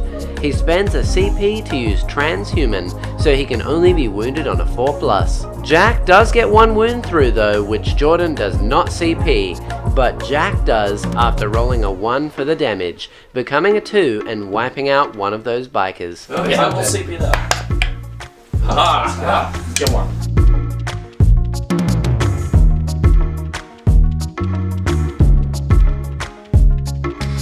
Jack then fire and fades for another 2 CP into the top left table quarter for engage on all fronts in turn 1. The only other shooting comes from his various boats, where all the Splinter does nothing against the thick golden armor, and luckily for Jordan, both of Jack's Dark Lance Raiders miss. To end this short turn, the Venom in the bottom right charges in against Jordan's Coronis Grav Carrier to secure max points for engage on all fronts this turn. Surprisingly, it even does a wound, while the Grav tank does nothing in return. This turn, Jordan spent 2 CP, taking him down to 10 remaining, and gained 3 points for a priority target, while Jack spent 4 this round, leaving him with just 6 left, gaining 6 points this round.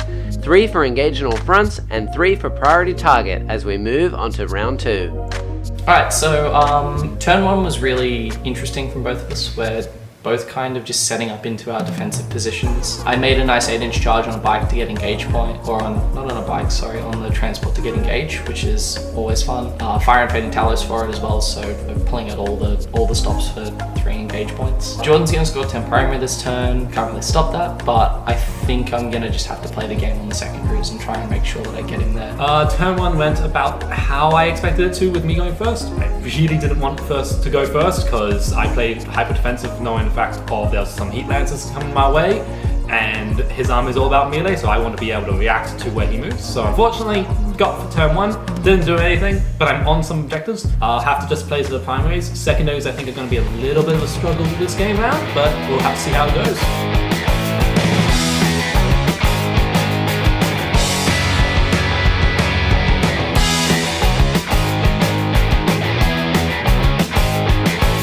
Jordan's turn 2 began with his bikers making a slight movement forwards towards Jack's Talos. The Terminators shuffle their way around this smokestack in the bottom towards the Venom, and the Venatari get out of the Coronis, ready to lay down some firepower and take back the point.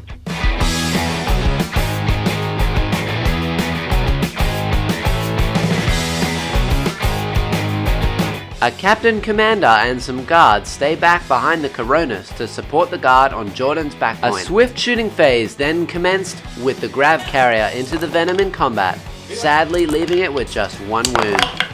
So wounds, neg 4. The guard in the top left fire into the Talos alongside the bolters from the bikes, which do a total of 1 wound. Luckily, the melter missiles cut the health of Drazhar's Raider in half. Next up, Jordan's Venatari spend 2 CP, one for double shots and the other to make 6s to hit auto wound, which then eradicate the Succubus's Raider and kill 3 witches along with the disembarkation.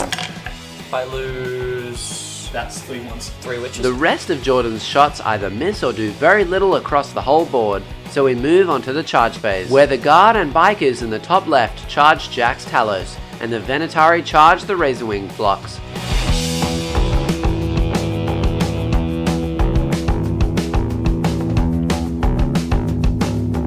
It is worth noting that the Terminators also make a charge on the Venom, killing it instantly, with Jack spending a CP for emergency disembark, only losing a single warrior. Jordan's bikers managed to scratch 4 wounds off the wounded Talos, leaving it with just 2 remaining.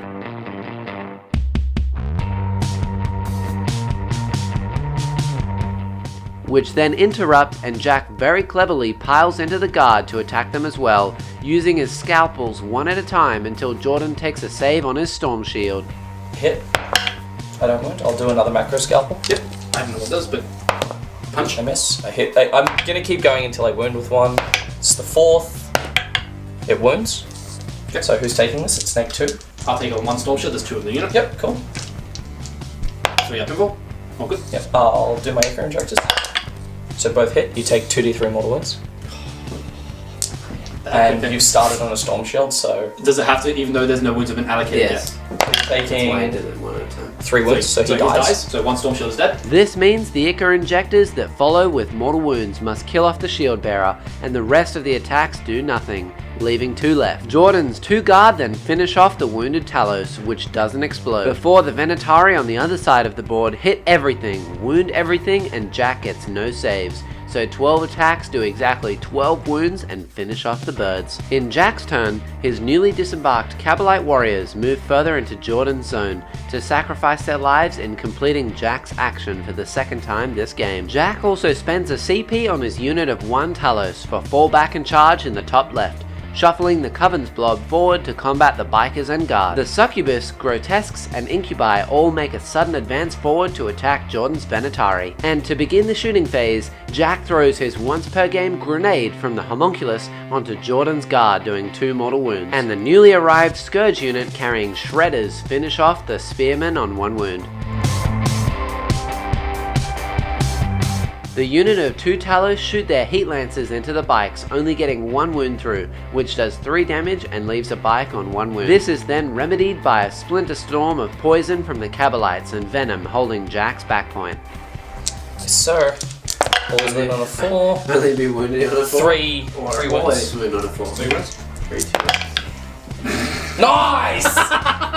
Jordan just cannot seem to make a save this game, and 2 more bikers go down. The suffering does not end there. As a huge charge phase begins, Jordan tanglefoots the Incubi to slow them down, which actually works as they fail their charge. However, the Venatari are charged by the Succubus and Grotesques, and over in the top corner, the Guard are charged by 3 Talos, who also go in against the remaining 2 bikers, alongside the Homunculus and Homoxites.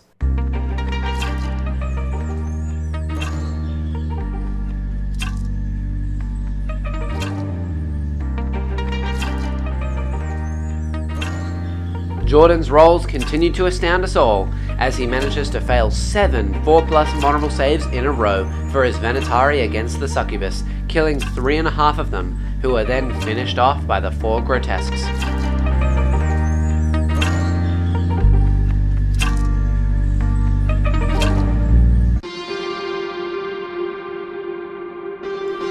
Once again, Jack plays the same tricks with his Macro Scalpels and Ichor Injectors in the top left, as all of those Coven models wipe this top corner clean from all Custodes. To conclude this turn, Jordan had spent 9 command points, taking him down to just 2 remaining, gaining 16 points along the way, 10 for primary, 3 for priority target, and 3 more for Stranglehold, while Jack spent 6 of his CP, taking him down to just 1 remaining, gaining 15 points along the way. Just 5 for primary this round, 3 for priority target, 3 for engaged all fronts, and 4 for his data actions, as we see what hope Jordan has left in turn 3.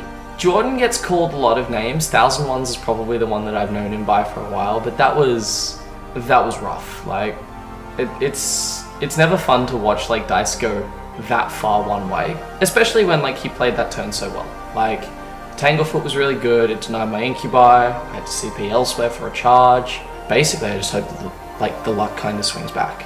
I hope that there's a bit more of a game here. Jordan's got a lot of plays, the Allurus is still alive, there's a lot of Custodes still on the board, so we'll see what he can do.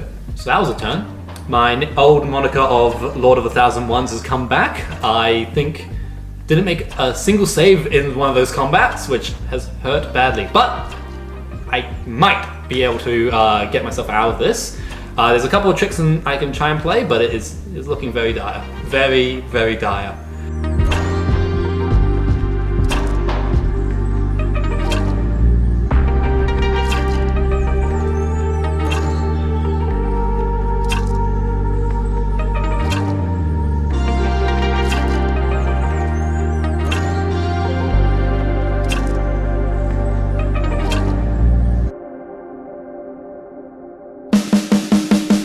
In his attempt to counteract his bad luck, Jordan takes the offensive by placing some Custodes into the tank and advancing it onto the center point for Stranglehold. The Terminators move towards the point in the bottom right alongside the captain and a unit of guard. The Custodes in the back hold their ground and prepare for a charge on the Kabalites standing right next to them. As we jump into the Bolter phase, where Jordan cleans up. 2 witches that were hanging out on the back of this point are cleansed, along with 3 incubi and a wound on the Grotesques.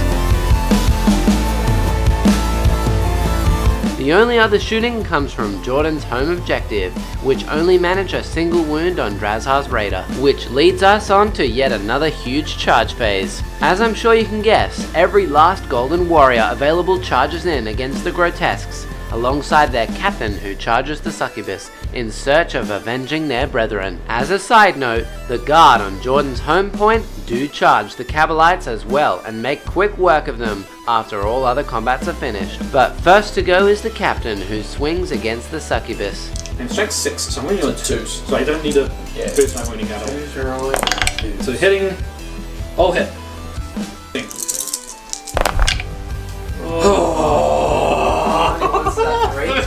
Jordan does roll 3 ones to wound and uses a reroll to secure her death. Jack also spends a CP to reroll her 5+ invulnerable save, thanks to Jordan's captain reducing it by 1, and still fails as her head is cleaved off. Before an ongoing battle between Grotesques and Custodes, where 2.5 Grotesques are taken down, before 2 wounds back to a Storm Shield guard. With no morale test to be made, Jack's turn begins with another large movement phase. The Coven's blob shuffle forwards towards the center, and the intercontinental ballistic Drazhar is launched in support of his incubi from Jack's last raider. Some witches also get out of Jack's raider and move over towards the bottom left corner to complete Jack's 3rd action for this game for data. The raider hops the wall, Scourge stay where they are, and lastly, we see the arrival of some witches behind the wall in Jordan's quarter, and the mandrakes that Jack elected to put back into reserve at the beginning of the game. A very quick shooting phase takes place, where the mandrakes finish off the Storm Shield guard with 1 wound left. 6 Heat Lancers go into the carrier and completely whiff, as does the Dark Lance from Jack's raider.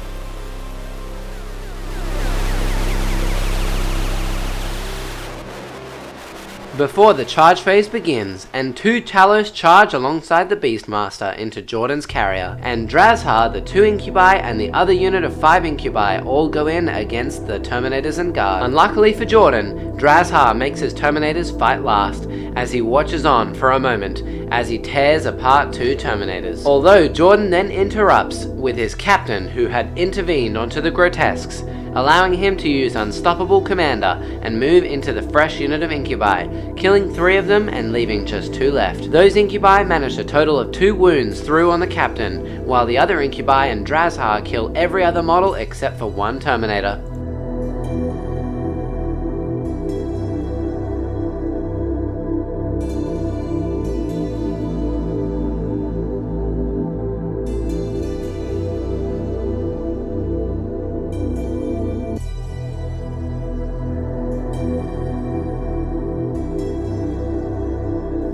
The Talos also managed to get 7 wounds through on Jordan's transport, and the turn ends with Jordan holding this bottom point with just 2 models left. To conclude the turn, Jordan had spent 2 CP, leaving him with just 1 for next turn, gaining 14 points this round. 5 for primary and 3 for all his other secondaries, while Jack only spent 1 this turn, also leaving him with 1 for the next round, gaining 20 points this turn. 10 for primary, 3 for engage and priority target, and 4 more for completing his data actions. Let's hope Jordan's Custodes left inside his carrier have the power to stop all these Eldari in their tracks.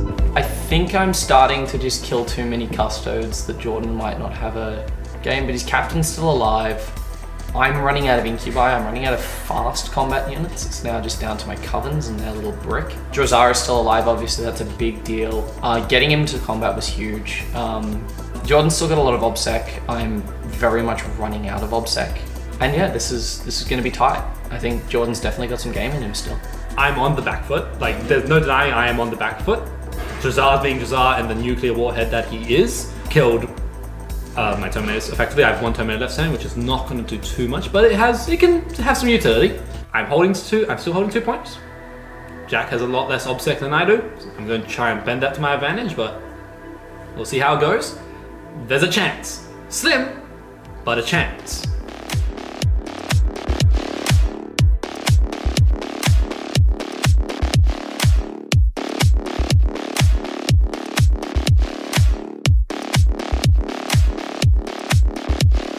As we move into the twilight hours of this game, Jordan retreats back a little into his corner with the Coronis grab carrier, hoping his Terminators will clear the center and his 1 remaining Terminator and captain can clear away Drozar from this bottom point. The quick shooting phase begins with the Terminators in the middle, shooting the Incubi who aren't in combat on point 5 and also the Raider, killing the Incubi and leaving the Raider on just 1 wound remaining.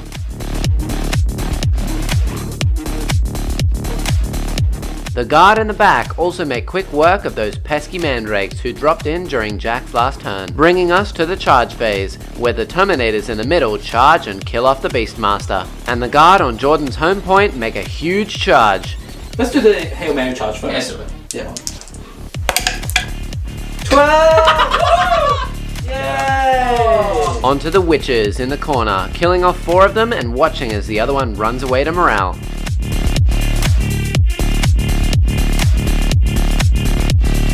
Leaving us with just the captain combat in the corner, as the Incubi hit first being the defending unit, and leave the poor captain on just 1 wound after Jordan successfully CPs one of his saves before they are cut down. With all this said and done, Jack's turn begins, and so does the cleanup. The Coven's blob yet again shuffles ever closer, surrounding Jordan's poor Terminators as they shoot to kill on the Coronis grab carrier. Drozar also cleans his blade and walks over towards the captain with his grots for the final kill. The Witches and the Raider also make their way over, and the Scourge in the top left complete Jack's final action for Retrieve Octarius data. And with an insanely quick shooting phase, the Witches manage to kill off the captain before Draz can even reach him with their splinter pistols. And the Heat Lancers from the Talos blow another 6 wounds off the Coronis, leaving it with just 4 left, and so it was down to the Raider to finish the job on 1 wound. A hit. A wound. This is in the transport, isn't it? Yes. 5 up. Yes! It's minimum 4. Do I explode? My 1 wound Raider. Oh. My 1 wound boy. A super quick combat phase ends this game, as all the Terminators are surrounded and killed, leaving just 4 lone guard cowering in Jordan's corner at the end of turn 4.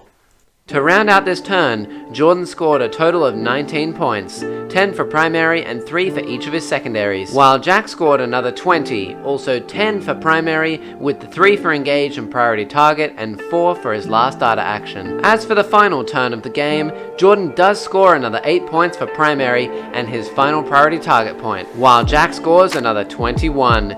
15 for primary, 3 for target, and 3 for engage on all fronts, only dropping 5 points for primary objectives all game long, and ending our game on 70 to 92. I may be coming around to the idea that Drukhari are actually quite overpowered. Even with the nerfs, they're still very, very good. Now you've just got some more build paths, like -1 damage, which is very powerful. That game was really fun. Yeah, I feel like it was a really hard game for Jordan, and then I don't normally say dice, Of all the people on this channel that don't say, oh, that game was dice, that was really rough. So he played well. To keep it to like 70, 92 was really, really good. But, yes. We came to Pavonis looking for something. And then we've come back with a lot of custodian armchairs. Well, that went how I was expecting it to go at the end there. Oh well, had my butt whooped, but it's part of the fun of the game. I know the Dark Elder are definitely gonna love having some Custodes pieces running around. It was a fun game. Like, the main takeaway, it was a fun game. Even though the gods of luck and dice pretty much shat on me, it was still a fun game. And that's all you can ask for. But I've really enjoyed taking part in all this and hope to be on more, hopefully. The Custodes came here to wipe out all Xenos life. We got 95% of the way there, just that last 5% hurdle. And with that, the Drukhari have won this planet, and as it started with them, it shall also end with them. We would like to thank you all for watching, and just to remind you that if you would like to support us on Patreon, we would very much appreciate it. We have many more projects to come in the near future, and it helps us out more than you know. Subscribe and like down below, because it's free and you can always unsubscribe later. Check out our company sponsors for all your dice tray, mats and terrain needs, and with that all said and done, we shall see you all in the next one. Thank you very much for watching. Thank you to the players involved, and a big congratulations to Jack for winning. My name has been Jack. Peace.